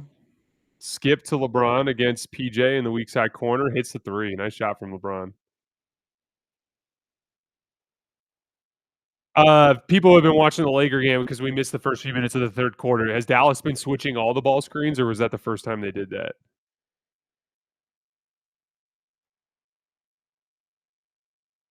Luka against Ayton. Let's see if he can get Ayton to say. Oh, they lost Max on a back cut. Man, nice pass from AD.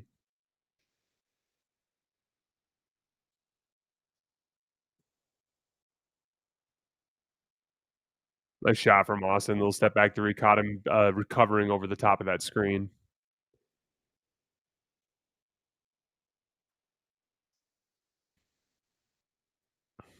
Inverted screen that gets AD with Luka. They're zoning up pretty aggressively on him. They lose a cutter again, but LeBron recovers.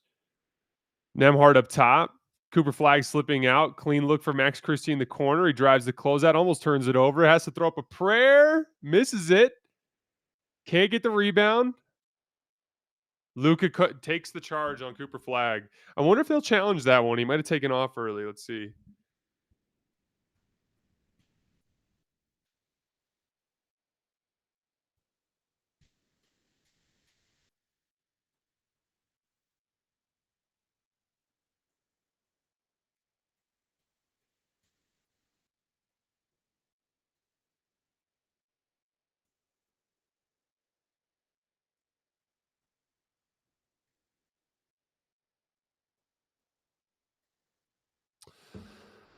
All right, ball screen with Ayton. That's a switch again, so they are switching. And Luka just get Daniel Gafford immediately off the dribble for a layup.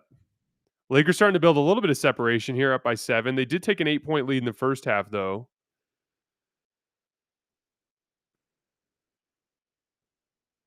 Here comes the Gafford screen. They recover. Luka's now switched on to PJ Washington. Look at the gapping from LeBron. The closeout to Nemhard, gets a hand up, misses the three.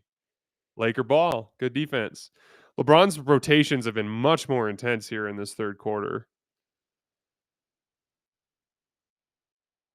Yeah, so again, if they're going to switch, they got to be able to keep Luka in front. Gafford's got to give him more space there and try to force him into that step back three.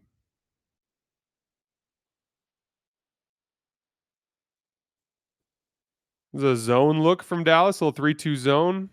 Get the ball to LeBron in the corner. Corner three, misses it.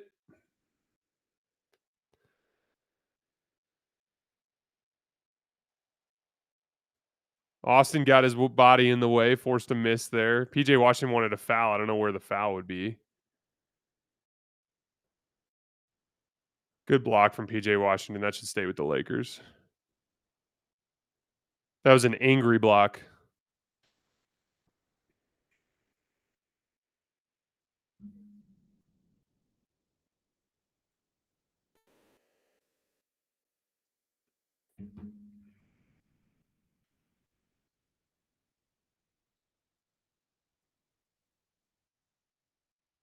LeBron gets his first rest of the second half.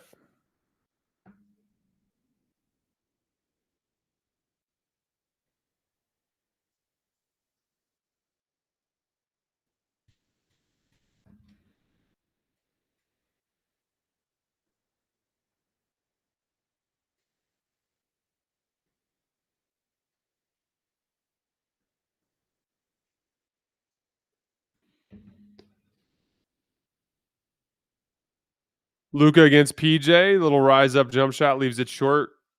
Ayton almost got the rebound. Nice box out from Gafford. Najee gets the rebound, pushes it up. PJ Washington shoots over the soft switch. Too soft on the switch there. You just let him rise up.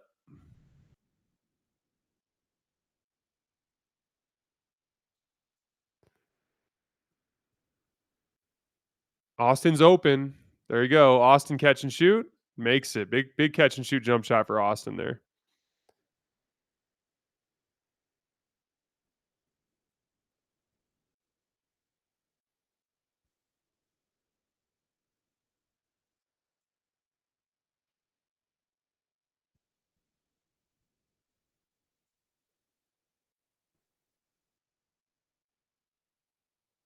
Good scrap from Luka there, poking that away from Gafford. Austin Reeves, pull up, misses it. Rui rebound.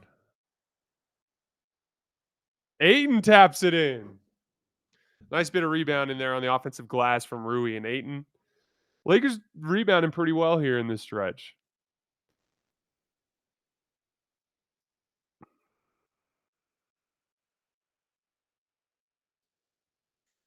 Max toasts Luke on the switch. Good rotation from Austin. Nice passing lane closeout. Got in the passing lane. Let's quick check on the Denver game, see where they're at. Wow, San Antonio's going to win, huh?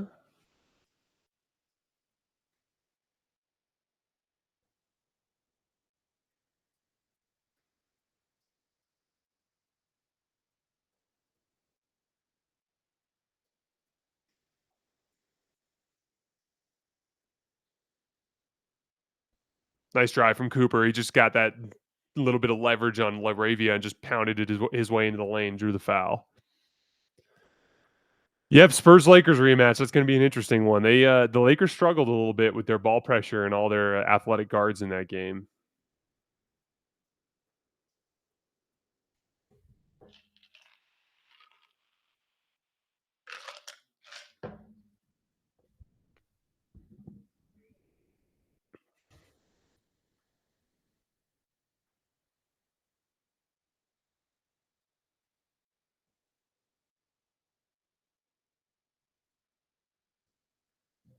Yeah, Devin Vassell was fantastic in that run when we put the game on there at halftime.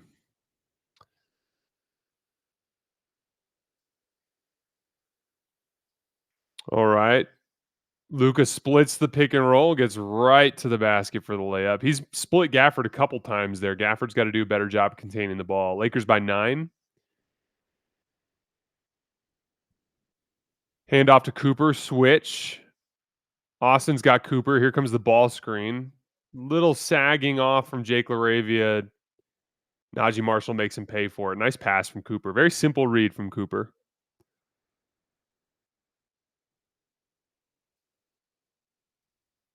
Luka gets blitzed. Jackson's on the roll. Short roll play. Lefty hook? Okay, Jackson. Okay. Lakers by 8. Brandon Williams gets a double drag. Najee pops. They switch it. Jake LaRavia is now in front of the ball. Walls up on Brandon Williams. That's a nice piece of shot making. Got to tip the cap there. Really high risk pass turns into a turnover. 3-on-2 for the Mavs going back. Klay Thompson on the wing. Gets a clean look from 3. Knocks it down. Just like that. Down to 3. Lakers making too many defensive mistakes right now.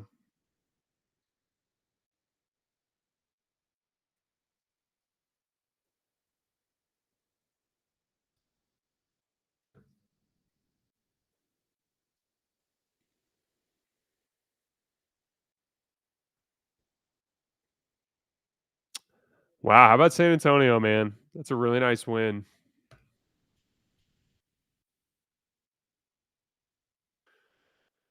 So a simple sequence, you have the wide open 3 in the left corner because Jake LaRavia leaves his man open. Luka throws a bad kick ahead pass that turns into a turnover. They lose Klay Thompson in transition. Bang, bang, bang, 6-0 run. Yeah, Ray makes a really interesting point. Ray's right about this. Denver's defense just doesn't look the same without Christian Brown and Aaron Gordon. Those are your two best athletes. They're obviously going to be tough to replace. But that said, Denver still has more than enough talent to beat the Spurs down Wemby. They should have been able to get the job done tonight.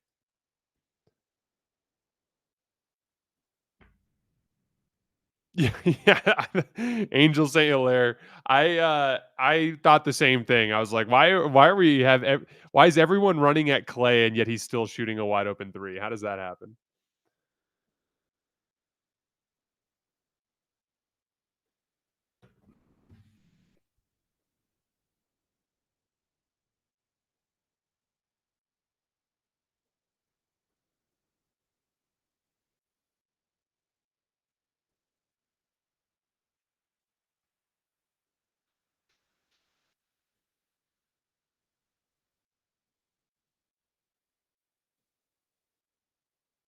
Jazz are going to beat the Kings. God, what a disaster season for the Kings. Clippers Grizzlies now tied late fourth quarter. We'll watch that one on commercial breaks. Let me pull that up.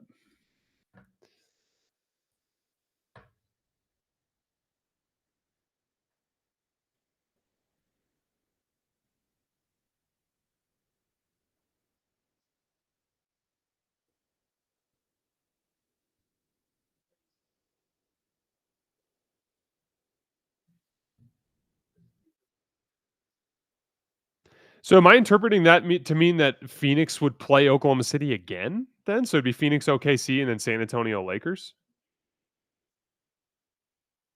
I honestly I think both teams would be good challenges for the Lakers, San Antonio or Phoenix.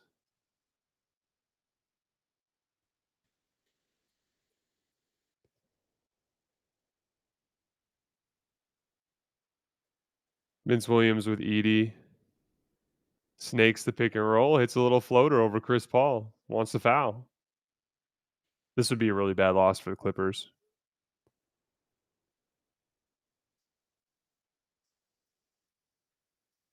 Good physical defense on Kawhi draws the foul though. Back to Laker land. We got 14 minutes of basketball left. Yeah, Jeffo, I agree, man. They've briefly taken control of the game multiple times. They just can't keep the execution sharp enough to maintain any of their separation. Playing with some fire here. This could easily turn on them.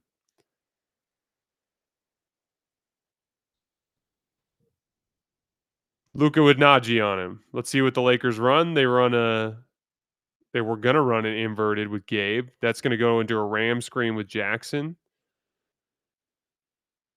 Tough step back three over Najee Marshall. That's such a tough shot from Luka. All right, see if the Lakers can get a stop.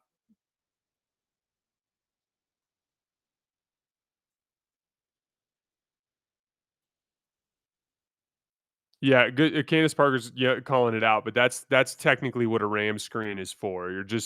You're pinning down quick deep seal and transition for LeBron, easy bucket. Lakers back up by 8. Nice sequence for the Lakers to get back into control.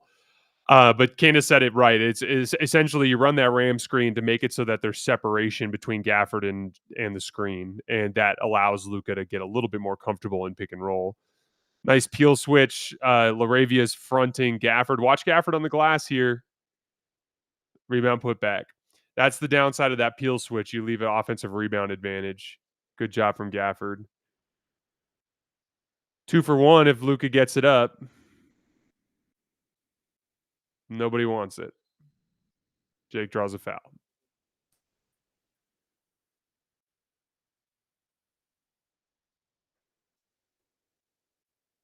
Lakers might have to play OKC in Vegas. Jonathan Frazier, thank you so much for the power chat, man.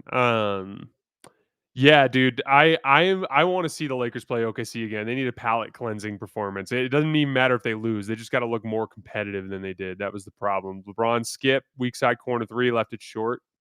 Good contest from Cooper Flagg there on the recovery. 6-point game. See if the Mavs can cut it down.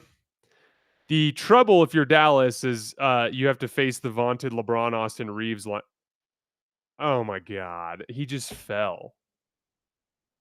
But now you got to face the vaunted LeBron Austin lineup.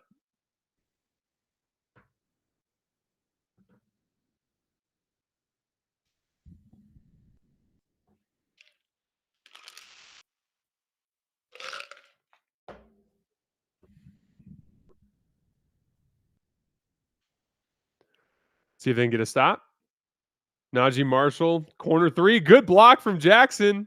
Still gets it up, still knocks it down. What a shot. Wow. 4-point game. Dallas won't go away. Let's head back over to Los Angeles, across town.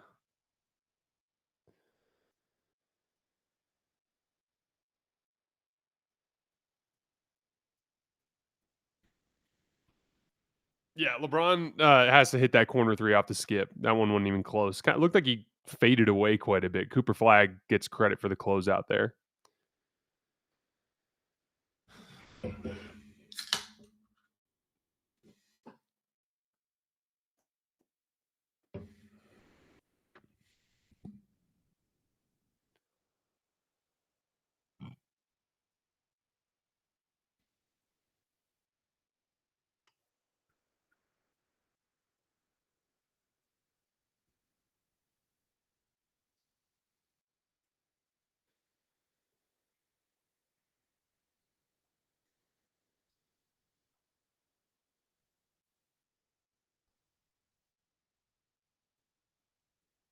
Yeah, Rui's been rough tonight. He was the one who had the soft switch on that PJ Washington three on the left wing too. He's so inattentive with shooters. It's been one of the things that's always bothered me with him.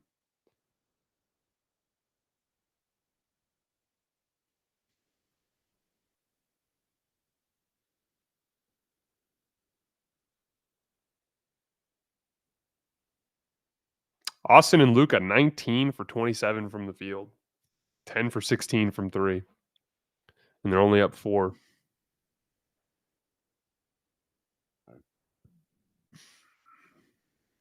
Lakers are only 5 for 13 from three outside of Luka and Austin, though.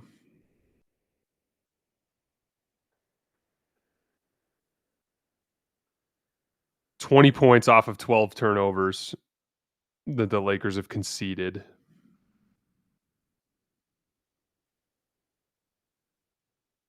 Yeah, Lakers are shooting 61% from the field and 52% from three, and they're only up 4. That's not a good sign. Got to do a better job on the margins, getting killed in transition, getting killed on those turnovers, giving up 8 offensive rebounds too. We just saw another example of that with Gafford on the peel switch.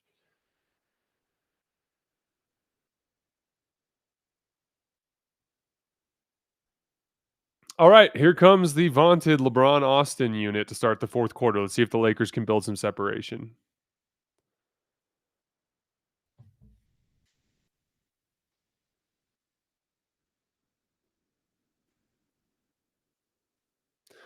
The Spurs have had the Nuggets number the last couple of years. That's been a team they've struggled with.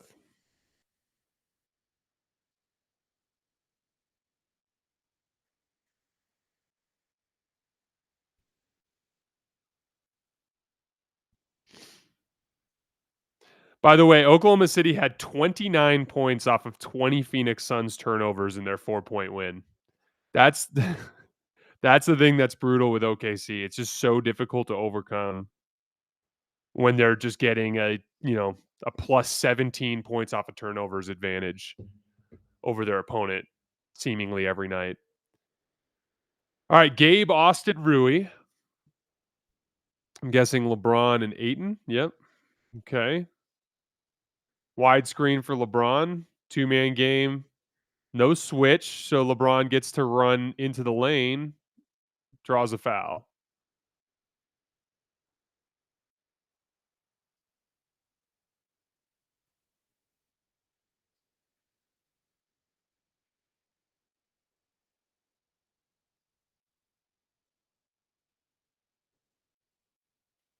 Yeah, Luka and Austin have been scoring super well. You just can't tell because the Lakers haven't built any real separation. See if they can do it this quarter, though. LeBron makes the first free throw. Right, I agree with you, but that's their style, man. They want to they swarm you for 48 minutes and they commit 100 fouls and hope you'll only call 40 of them and or less, and that's how they can be a wrecking ball to your offense. LeBron goes 1 for 2. Mavs in a horn set. Cooper gets Ayton in a switch. Now gets Gabe in a switch. Just beats him right to the basket. Beautiful swing to the corner. Nice passing lane closeout from Austin. Forces Najee into a tough shot, but he knocks it down. Whew, Najee Marshall, man. That's a tough bucket. 3-point game.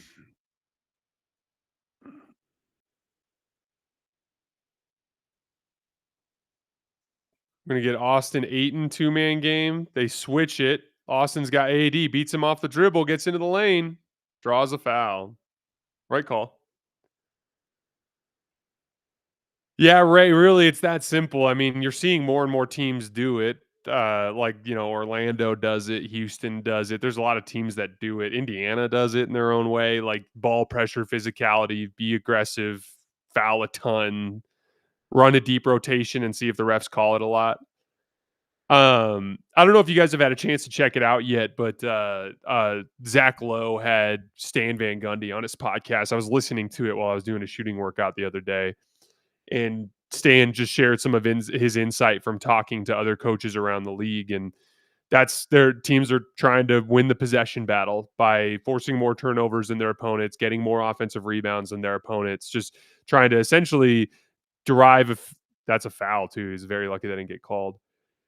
Just trying to essentially drive up your efficiency through number of possessions rather than points per possession, if that makes sense. Best teams will obviously be the teams that can do both.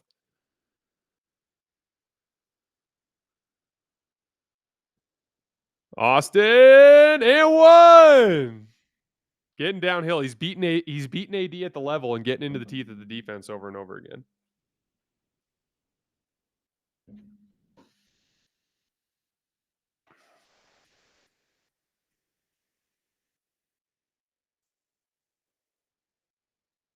Great attack from Austin.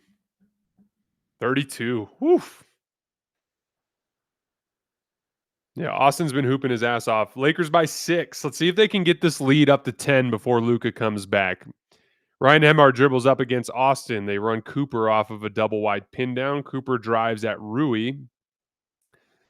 Flows into action with AD. They switch it. Rui's fronting AD. They're going to try to get the post entry there. Watch Najee on the cut after LeBron double teams. Gabe shows on the cut.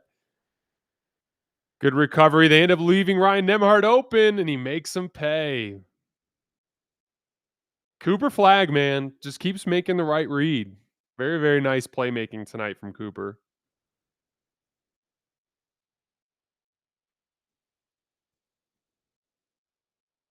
Nice skip over there to Rui in the corner. Knocks it down, gets that 3 back. Lakers by 6. 9:49 left.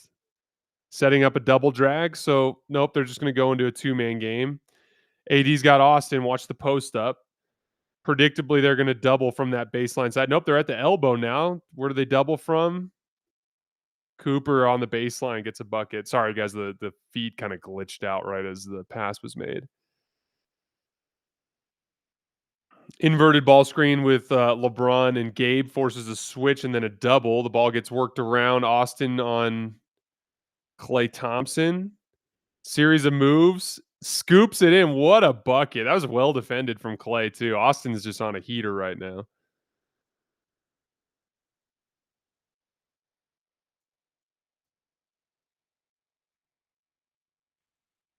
Little weaks, right side ball screen. Ayton's open, or Ayton's gets back to AD on the roll. AD's got a little mid-range pull-up, misses it. Najee Marshall beats LeBron to the glass. Got to get the rebound, guys.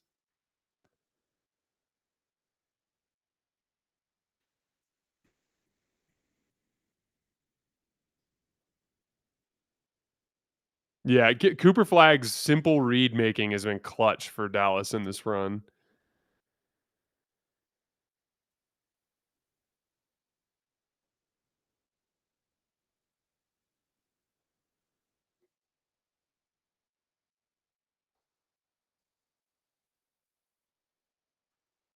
Hi, Will. Good to see you, buddy.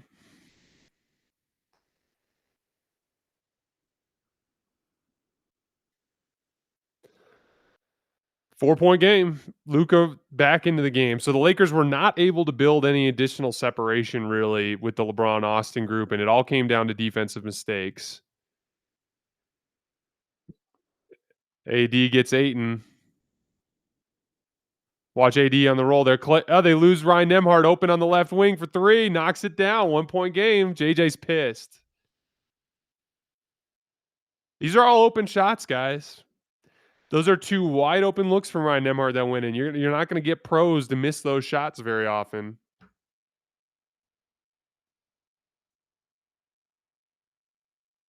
Bad transition defense.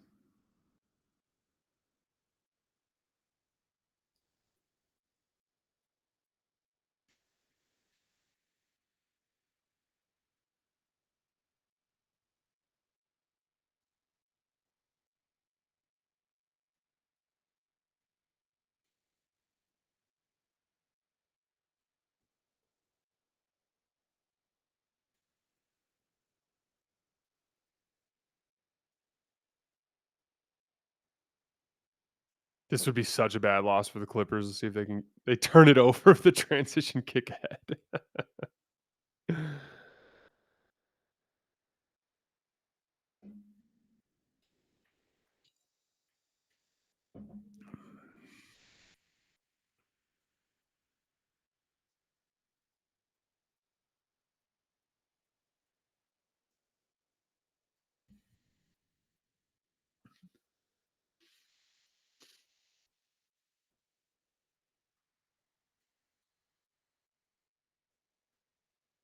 Spencer Edey 2-man game. Kick back to Jaren Jackson for 3. Leaves it short.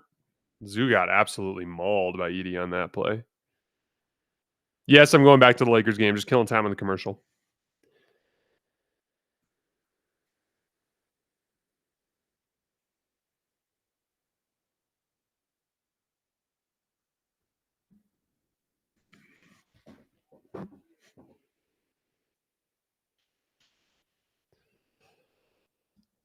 Let's head back over to Lakerland.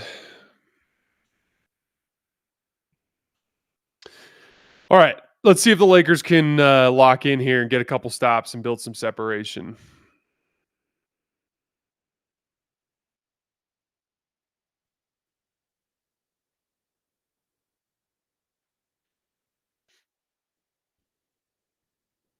The Lakers game is, Will. It's on Prime.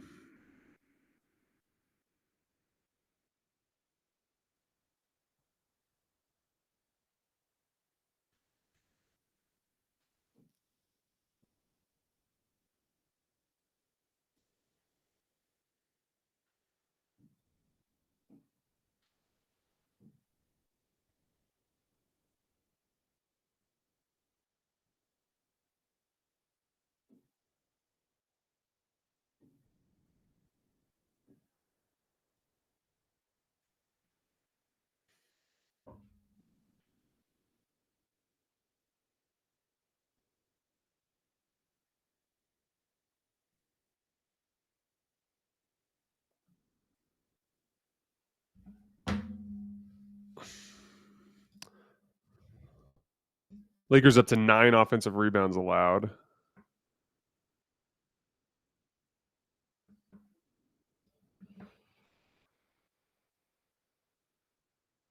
Woo, the Mavs have a 20-2 second chance points advantage over the Lakers tonight, guys. 20-2. Yikes.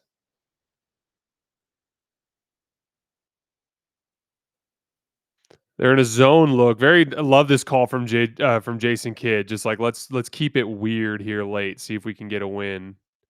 Luka takes a terrible long one-handed heave against the zone. Nembhard against Austin. They run that same kind of side pick and roll. They try to get the ball to AD and they get the post entry. Draws a foul.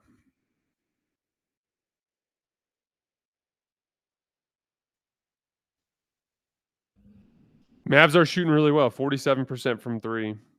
The Lakers are shooting 53% from 3, though. I'm not going to call shooting variance the dictator of this game. It's just turnovers for the Lakers and offensive rebounds for Mavs. That's been the 2 big margins where the Lakers have gotten killed.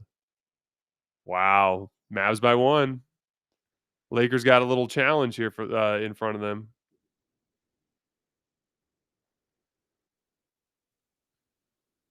Nice work from Ayton. Just got a deep seal on Cooper Flagg against the zone. Very nice post entry feed from Luka. Lakers back up by 1. Let's see if they can handle AD. AD's giving them some problems here. Good contest from Austin against Ryan Nembhard, kick ahead to Rui, and Rui smoked it, and LeBron gets blocked by AD. LeBron open for three. Short. Back to the Lakers, man. Some clean looks there.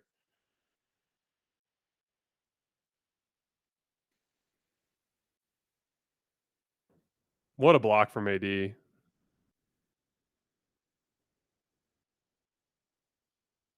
See what the Lakers go to out of the baseline, out of bounds here. Little back screen into a screen for Austin. Austin against Clay. Scored it. No foul. Gets the bucket, though. Lakers by 3. Weak side screen for Clay. Clay throws Austin off and gets an offensive foul.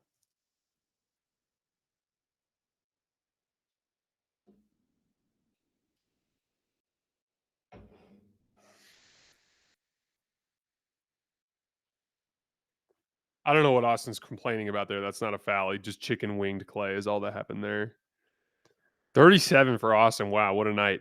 Luka goes right around Najee Marshall, floats it up and gets blocked by Cooper Flagg. Got to get back on defense, guys. Cooper's got Austin on the cleared side, post up, spins off of him. Good D from Austin. Misses it. Good defense from Austin. Luka's got to make a play. Lakers need Luka to make a play. They're going to keep playing through Austin here. Austin's in a groove.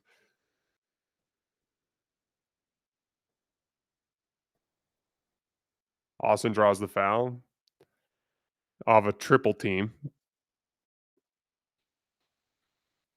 Yeah, Austin's playing awesome tonight. No way around it. He's stepped up big time. Luka's cooled off here down the stretch, and LeBron's been off all night. Austin's been carrying the load. That's the luxury of having Austin Reeves on your team, man. Austin has a chance to push the lead up to 5 here. 4. Yeah, Adrian, Luka's been overwhelmingly good this season, so I don't want to sound overly critical here. But if I had one note, I feel like he has been a little ball hoggy and a little bit unwilling to take some of the easier reads that are available. And it's one of the weird kind of juxtapositions that's called attention to that is LeBron. Like LeBron just is so relentless. You leave somebody open, he hits him every time. And LeBron won't do the kind of force the issue. And you want Luka to force it a little bit because he's Luka and he's in his prime and you need him to be aggressive as a scorer. But I wish he could turn the dial back just a tiny bit and take some of those reads that are available. Luka against Najee. There's a good easy read. See, that's such easy basketball. Like I want to see Luka do that more. Just I'm in the post. There's Gabe wide open on the skip, rifle pass, extra pass, easy catch and shoot 3. Like I keep it easy that way. Big shot for Rui. Yeah, Rui needed to step up and make a play. Lakers by 7, 5.5 minutes left. Let's head over, see how things are going in other side of Los Angeles. Grizzlies are going to get that one.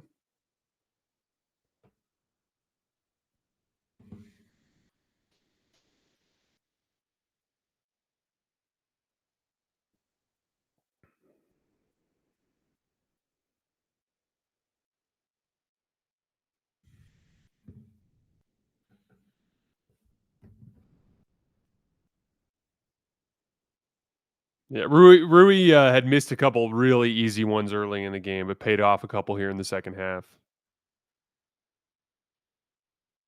Yeah, Mr. Lux picks. I agree. Like that's my thing. Is like especially with this version of the team. Like there was a version of this team when it was just Luka and Austin, where like Luka needed to really feed his rhythm over and over again, and they needed him to be kind of a tunnel vision scorer. But like this version of the team with everybody healthy, I think they're at their best when they're all moving and kind of playing with an advantage. And I want Luka to be aggressive. I don't want him to change the way he's playing. I just want him to turn that dial just a little bit into a little bit more of some of those easy reads that get the defense moving.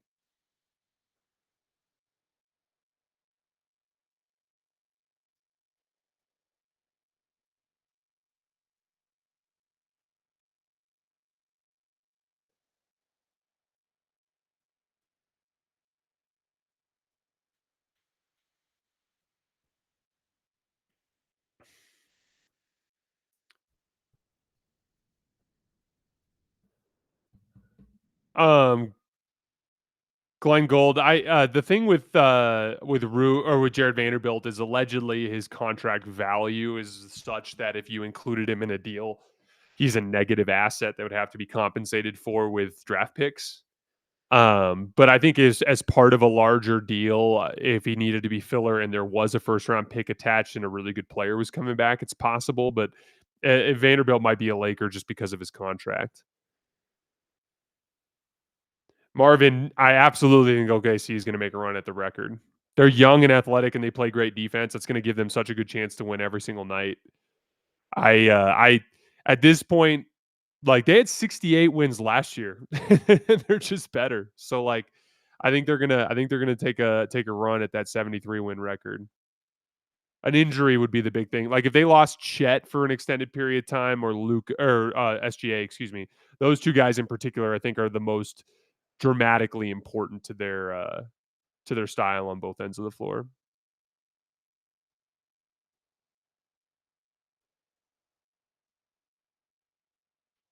All right, here we go. Back to LA. Lakers by 7. Let's see if they can close this thing out. Yeah, Mike, I think you're about right. I think if they lost Shea, they'd be another really good team in the West. But with Shea, they're you know one of the all time great teams. All right, PJ Washington brings the ball up for Lakers closing with LeBron still getting a rest, so Gabe's in for LeBron. Switch. Brandon Williams is on Ayton, beats him to the off the right hand drive. Great block from Rui and help. Look at Rui making a defensive play. Luka up the floor. Rui again on the wing. Doesn't force it. Pull it out. Make the post entry. Can you make the post entry? Can you make that? He does. Against Brandon Williams. Let's see if Luka can back him down and draw in the help. Easy kick. Rui. Oh, just barely off. I like that possession, though. Easy look. Williams drives at Gabe. Low gather. Draws the foul.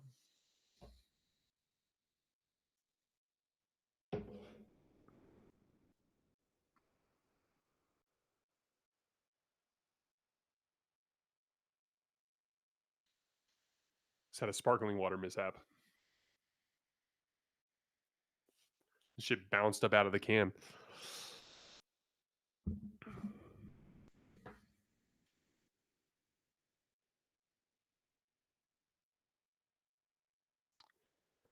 They calling that on the ground or are they calling that shooting?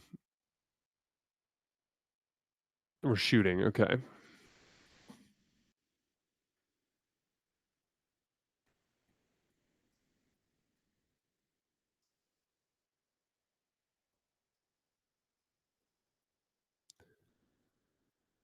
Offensive rebounding and Laker turnovers. Those have been the two things that have really turned this game around in Dallas's favor. I've got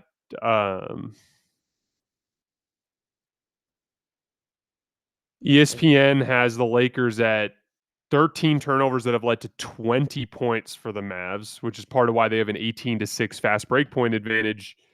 And NBA.com has Dallas at 20-4 in second chance points tonight. Lakers by 6. Here we go.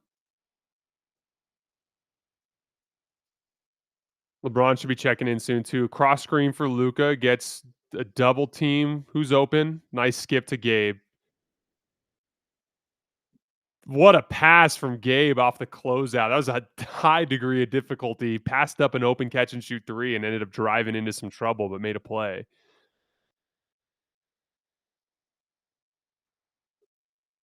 I don't know how Gabe fouled him there. That's a tough one.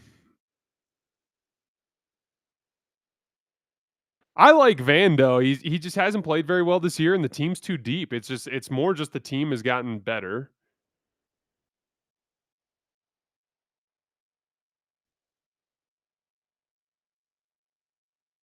Let's see. Brandon Williams looking to attack Luka again. Goes that same kind of low gather dribble. Luka does a good job not fouling him. Brandon misses the floater. Lakers by 8, 4.5 minutes left. Is LeBron hurt?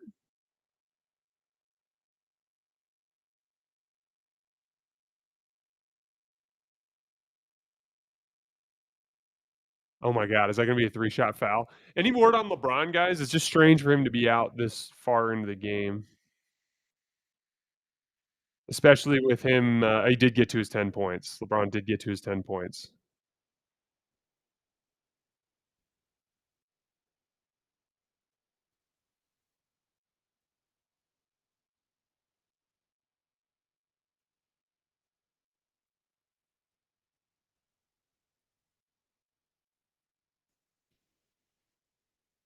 Wow, the Clippers had a 16-point lead in that game, and Kawhi had 39, and they lost.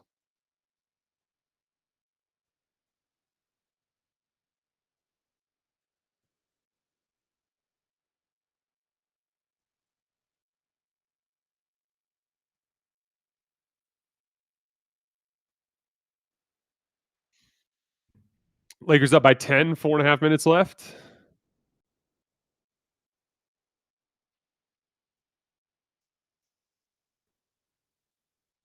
Shady says he played a little bit longer into the fourth. That might be why he sat out longer.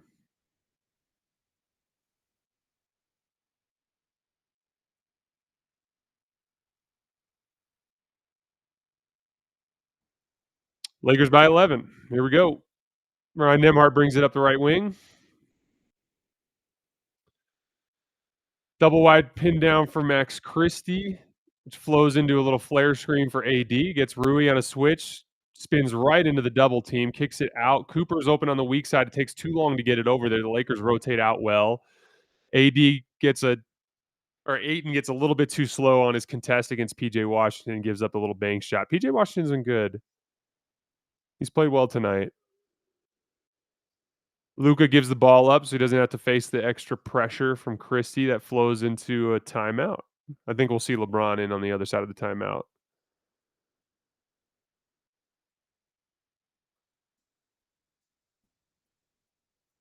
Joseph, the red symbols are just people that are in our YouTube chat.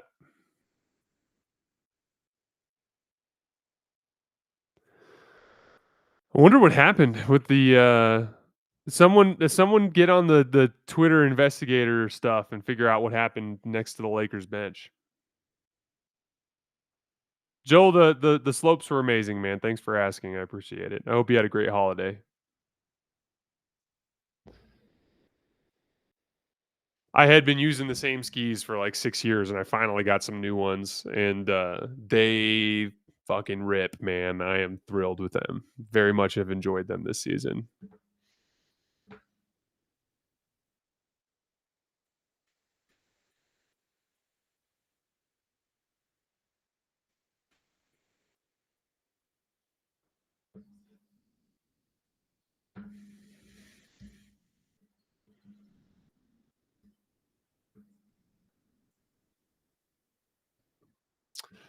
Austin and Luka up to 71 points on the night.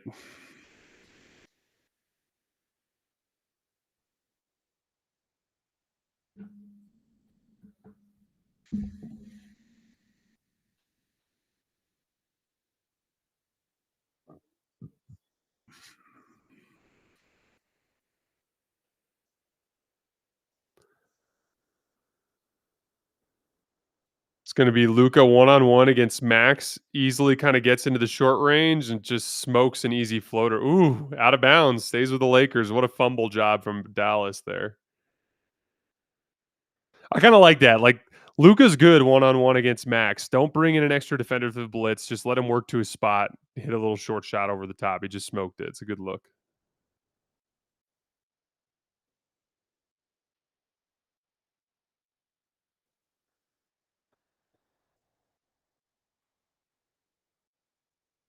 They're going to give him shooting? Let's see. Nope, on the ground. What's up, Hunter? Good to see you, man. Hope you had a good holiday. We went to Keystone. It was very, very busy, but I had a good day.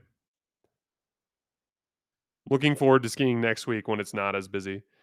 It's allegedly snowing up there in the mountains right now, so I'm hoping they get some fresh stuff over the weekend. My welcome to Denver moment is coming next week because this time of year in Tucson, it's like sunny and 75 every day. But the high here in Littleton on Tuesday, like by my house, is 27 degrees. The high on Tuesday, so that's going to be a little welcome to Denver moment for me.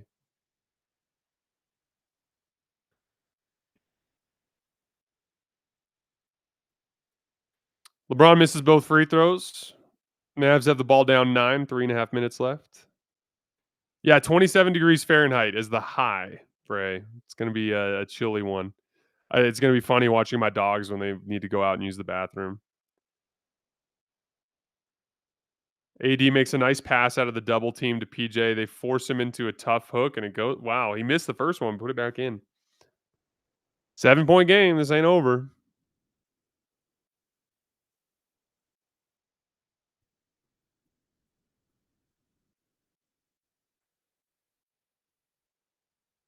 Straight to pick and roll. They switch it. That leaves no opening. Luka now has AD on the switch. Ayton's trying to score on. What a shot from Rui there, flashing high post. I was surprised they threw the double at Luka there with AD on the ball. Just trust AD to get a stop against Luka. Great pass from AD off of the double team, just off the corner of the backboard. Max ends up beating Austin to the ball. Rui chases Nemhard off the line, but then he smokes the floater. Another midi, knocks that one down. 7-point game. 2 minutes left.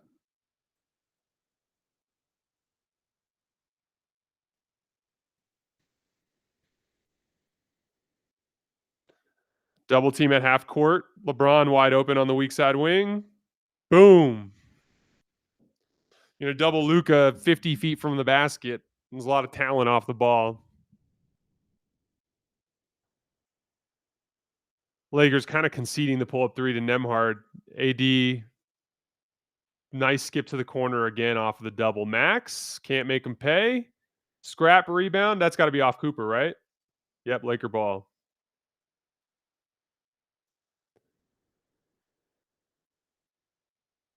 Great pass from Luka to LeBron.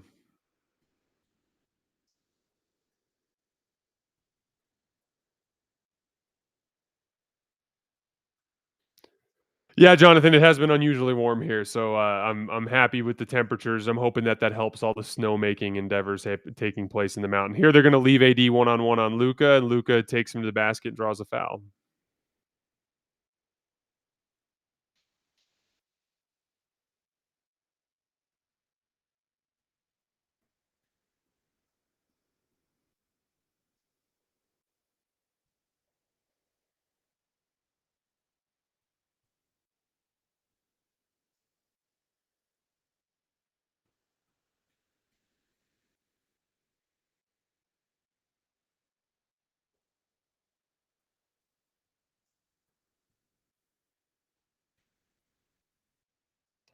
My thing, Ray, is I just wouldn't double Luka when he's got AD on him of all people. Like, I mean, I know he drew a foul on that one, but that's a battle that, like, if you can force the Lakers to play one-on-one with Luka on AD all game, that's going to go your way more often than not.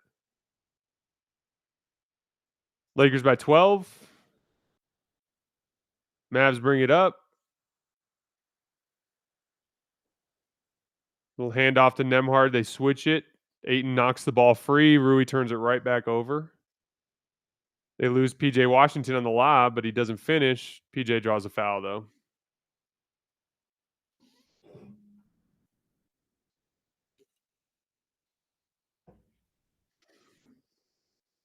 Yeah, I did not think this was a very impressive Lakers performance, really. Beyond obviously the individual performances. Luka's Luka. Austin was unbelievable tonight. A couple of key guys made key plays, but like for the most part, I didn't think the Lakers played very well, and they got their butts kicked on the margins. But this is the luxury of being when you're actually one of the best teams in the league from a talent perspective. You can afford to have a bad night and still get a win.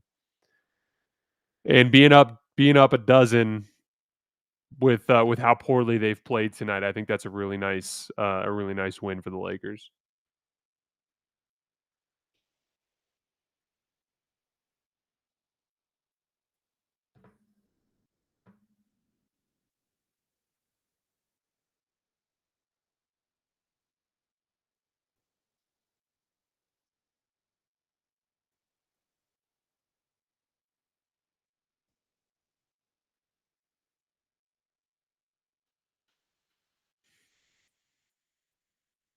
Jonathan Fraser, thanks for the power chat. He says, an interesting trend I've seen with Austin since Braun's return is with the scoring volume maintaining with the assist volume going down, yet he still has higher usage. Yeah. LeBron, we were talking about this in the Lakers collective pod that I recorded with Trevor and Jovan, but like they're not really letting LeBron do much in the flow of the game. They're just calling sets for LeBron out of like made baskets, free throws, out of bounds plays, things like that. Like LeBron is still involved, but it's very tangentially when JJ Redick is kind of like dictating the offense in that direction. But when it's time for the flow basketball, it's just they're giving it to Luka and Austin, letting those guys cook.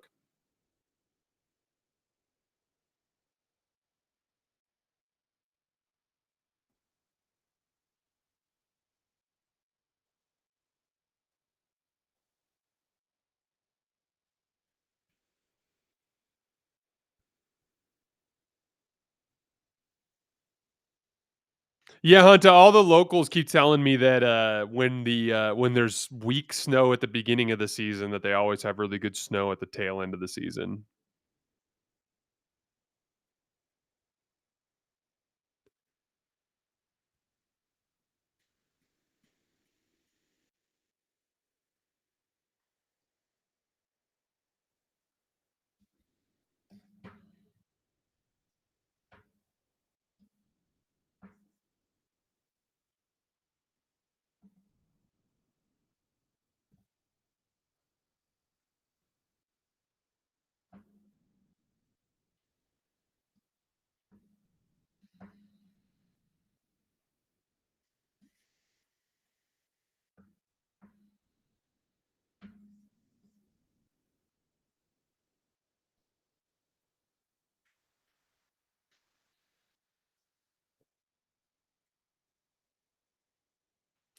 Yeah, I've never been to Mammoth, but I've heard good things about Mammoth. I want to get up there eventually.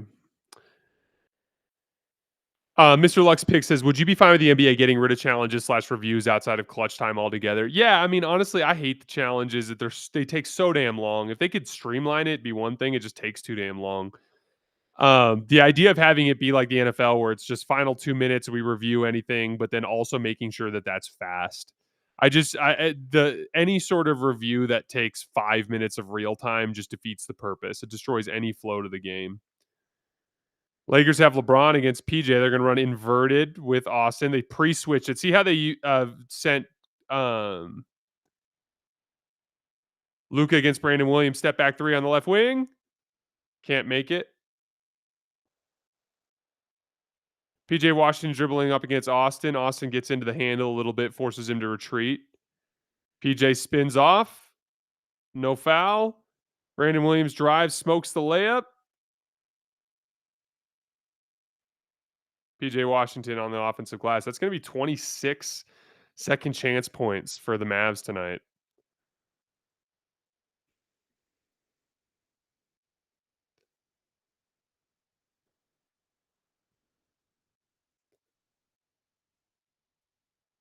Luka's dribbling out the clock.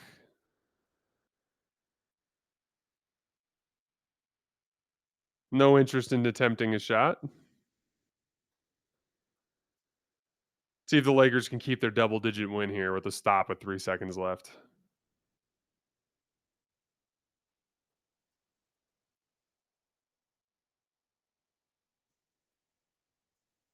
Nice win.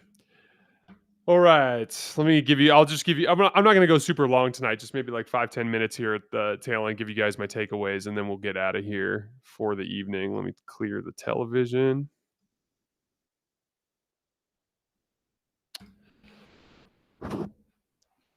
So yeah, there's a lot of encouraging things to take away in the sense that the Laker offense looked awesome, and the Lakers offense has continued to look awesome for the most part since LeBron came back. Outside of that second half against Utah, or really down the stretch against Utah in that game that they almost blew.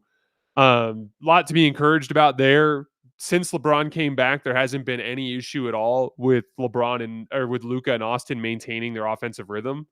Those guys have been able to just be as comfortable as they've ever been. We talked about this a lot in the Laker Collective pod, but essentially, one of the things that I've noticed on film is JJ Redick will draw up like designed actions for LeBron and Austin. Like you'll have like coming out of a sideline out of bounds or something, they'll have LeBron run like a elbow pick and roll with Jackson Hayes, or some sort of inverted action with Austin, or a post up set designed to get LeBron a deep catch or a mismatch in the post. And they'll go to LeBron in these like kind of designed setups. But for the most part, when it's in the flow of the game, he's giving the ball up and he's allowing Austin and Luka to really dictate things. And that has allowed those two guys to maintain their rhythm. They've had no issue at all whatsoever thriving since LeBron came back. And you're seeing LeBron being willing to just kind of like take on more of a support role on offense, operated a lot off of the weak side tonight, off of those pick and roll actions with Luka and Austin on the strong side. The game ended up being much closer than it should have been, in large part because the Lakers got destroyed in a couple of margins. They let me pull up the exact box score here. Stand by for 1 second for me. The Lakers had 15 turnovers that led to 20 points. And we talked about this throughout the season, but the Lakers, when they run their 4-out 1-in spacing and pick and roll, you'll have Luka or Austin driving down the lane lines in the ball screen, and then you'll have Ayton or Jackson rolling. And so when you have those two guys who were originally above the foul line rolling downhill, it can cause some floor balance issues. And when they turn the ball over there, it can cause problems for them. And one of the interesting kind of statistical markers for the Lakers in the early part of the season is they've been a good transition defense overall. But the one weak point in their transition defense is off of turnovers. When they allow turnovers, it almost always leads to points going out the other way. They've been one of the least efficient transition defenses off of turnovers. That was one margin where they got killed tonight, especially in the first half. It wasn't as big of a deal in the second half, but in that first half, a lot of turnovers leading to a lot of runouts. Those were situations where Dallas was able to quickly chip away at the lead. Like, oh, Lakers are up by 8. Bang, bang, couple big shots go in. Mavs cut it to 2. Mavs cut it to 3. Same thing happened in the third quarter. The Lakers had several large leads in this game that they promptly blew because of losing in the margins. A turnover. The other big area was the offensive glass. And some of this is to be expected. The Lakers will do a lot of peel switching. What that means is like they'll have their guards fight over the top of a screen to basically force the guy to funnel towards the basket, but then he'll peel off the ball handler and he'll get inside position on the big and try to keep the big out of the paint and off the glass and out of the post. But that's going to leave you with a lot of rebounding mismatches. And Dallas is bigger and more athletic than the Lakers under normal circumstances, but you add in some of the switching that the Lakers do, and you're going to give up even more substantial mismatches on that back line. And they just got beat up on the offensive glass. So, like, you lose second chance points 26-4 to Dallas, right? You lose fast break points 19-6, in large part because of the turnovers and the issues that you were having getting back in transition off of turnovers. Those are two margins where you get absolutely obliterated, and it doesn't matter because your offense is so damn good. And you scored 32 in the second quarter, 38 in the third quarter, and 31 in the fourth quarter. You bludgeon them in the paint, 52 points in the paint here. A lot of success in ball screens for both Austin and Luka. I thought Austin was just a revelation tonight, attacking downhill in screens. When the Dallas bigs would come up to the level, Dallas was consistently, Austin, was consistently getting past that big and then pressuring the rim and drawing fouls, getting layups. Again, that's the exciting part with this Lakers team. I still didn't even think they were that good on offense in this game. Ayton struggled quite a bit. Ayton had some success against blitzes, sealing on the inside. He also had a big seal on the inside against a Dallas zone look that I thought was a key possession there in that fourth quarter when Jason Kidd came out of that timeout playing some zone. Ayton had some moments, but he also had some moments where he struggled with AD, right? Not a great offensive game from LeBron. Rui had a rough first half. Guys off the bench, not a lot of offensive production there, right? Like Gabe did come in and have a nice couple of shifts. I thought Gabe was good tonight, but again, I still think the Lakers are pretty far away from the level that they can reach on offense. But still, the most exciting thing is that with the influx of LeBron and his usage and all the things that he does, you're not seeing any sort of dip or suffering in terms of Luka and Austin's rhythm. Those two guys are still having a ton of success. I love all the attacking that we're seeing from Austin, getting downhill and ball screens. One other thing I wanted to talk about with Luka too, and we saw an example of this in the fourth quarter where he passed out of a post up to Gabe on the right wing, extra pass to Rui Hachimura in the right corner, and he knocked down a three. But like, I think one of the things that Luka can do to help both support LeBron and his rhythm, but also all these other role players. Like, for instance, we've seen Rui kind of be just a little bit marginalized. He ended up getting a few more looks tonight just by with the way the game was going. He ended up getting 13 shot attempts up tonight. But we've seen Rui get kind of marginalized from time to time in the offense.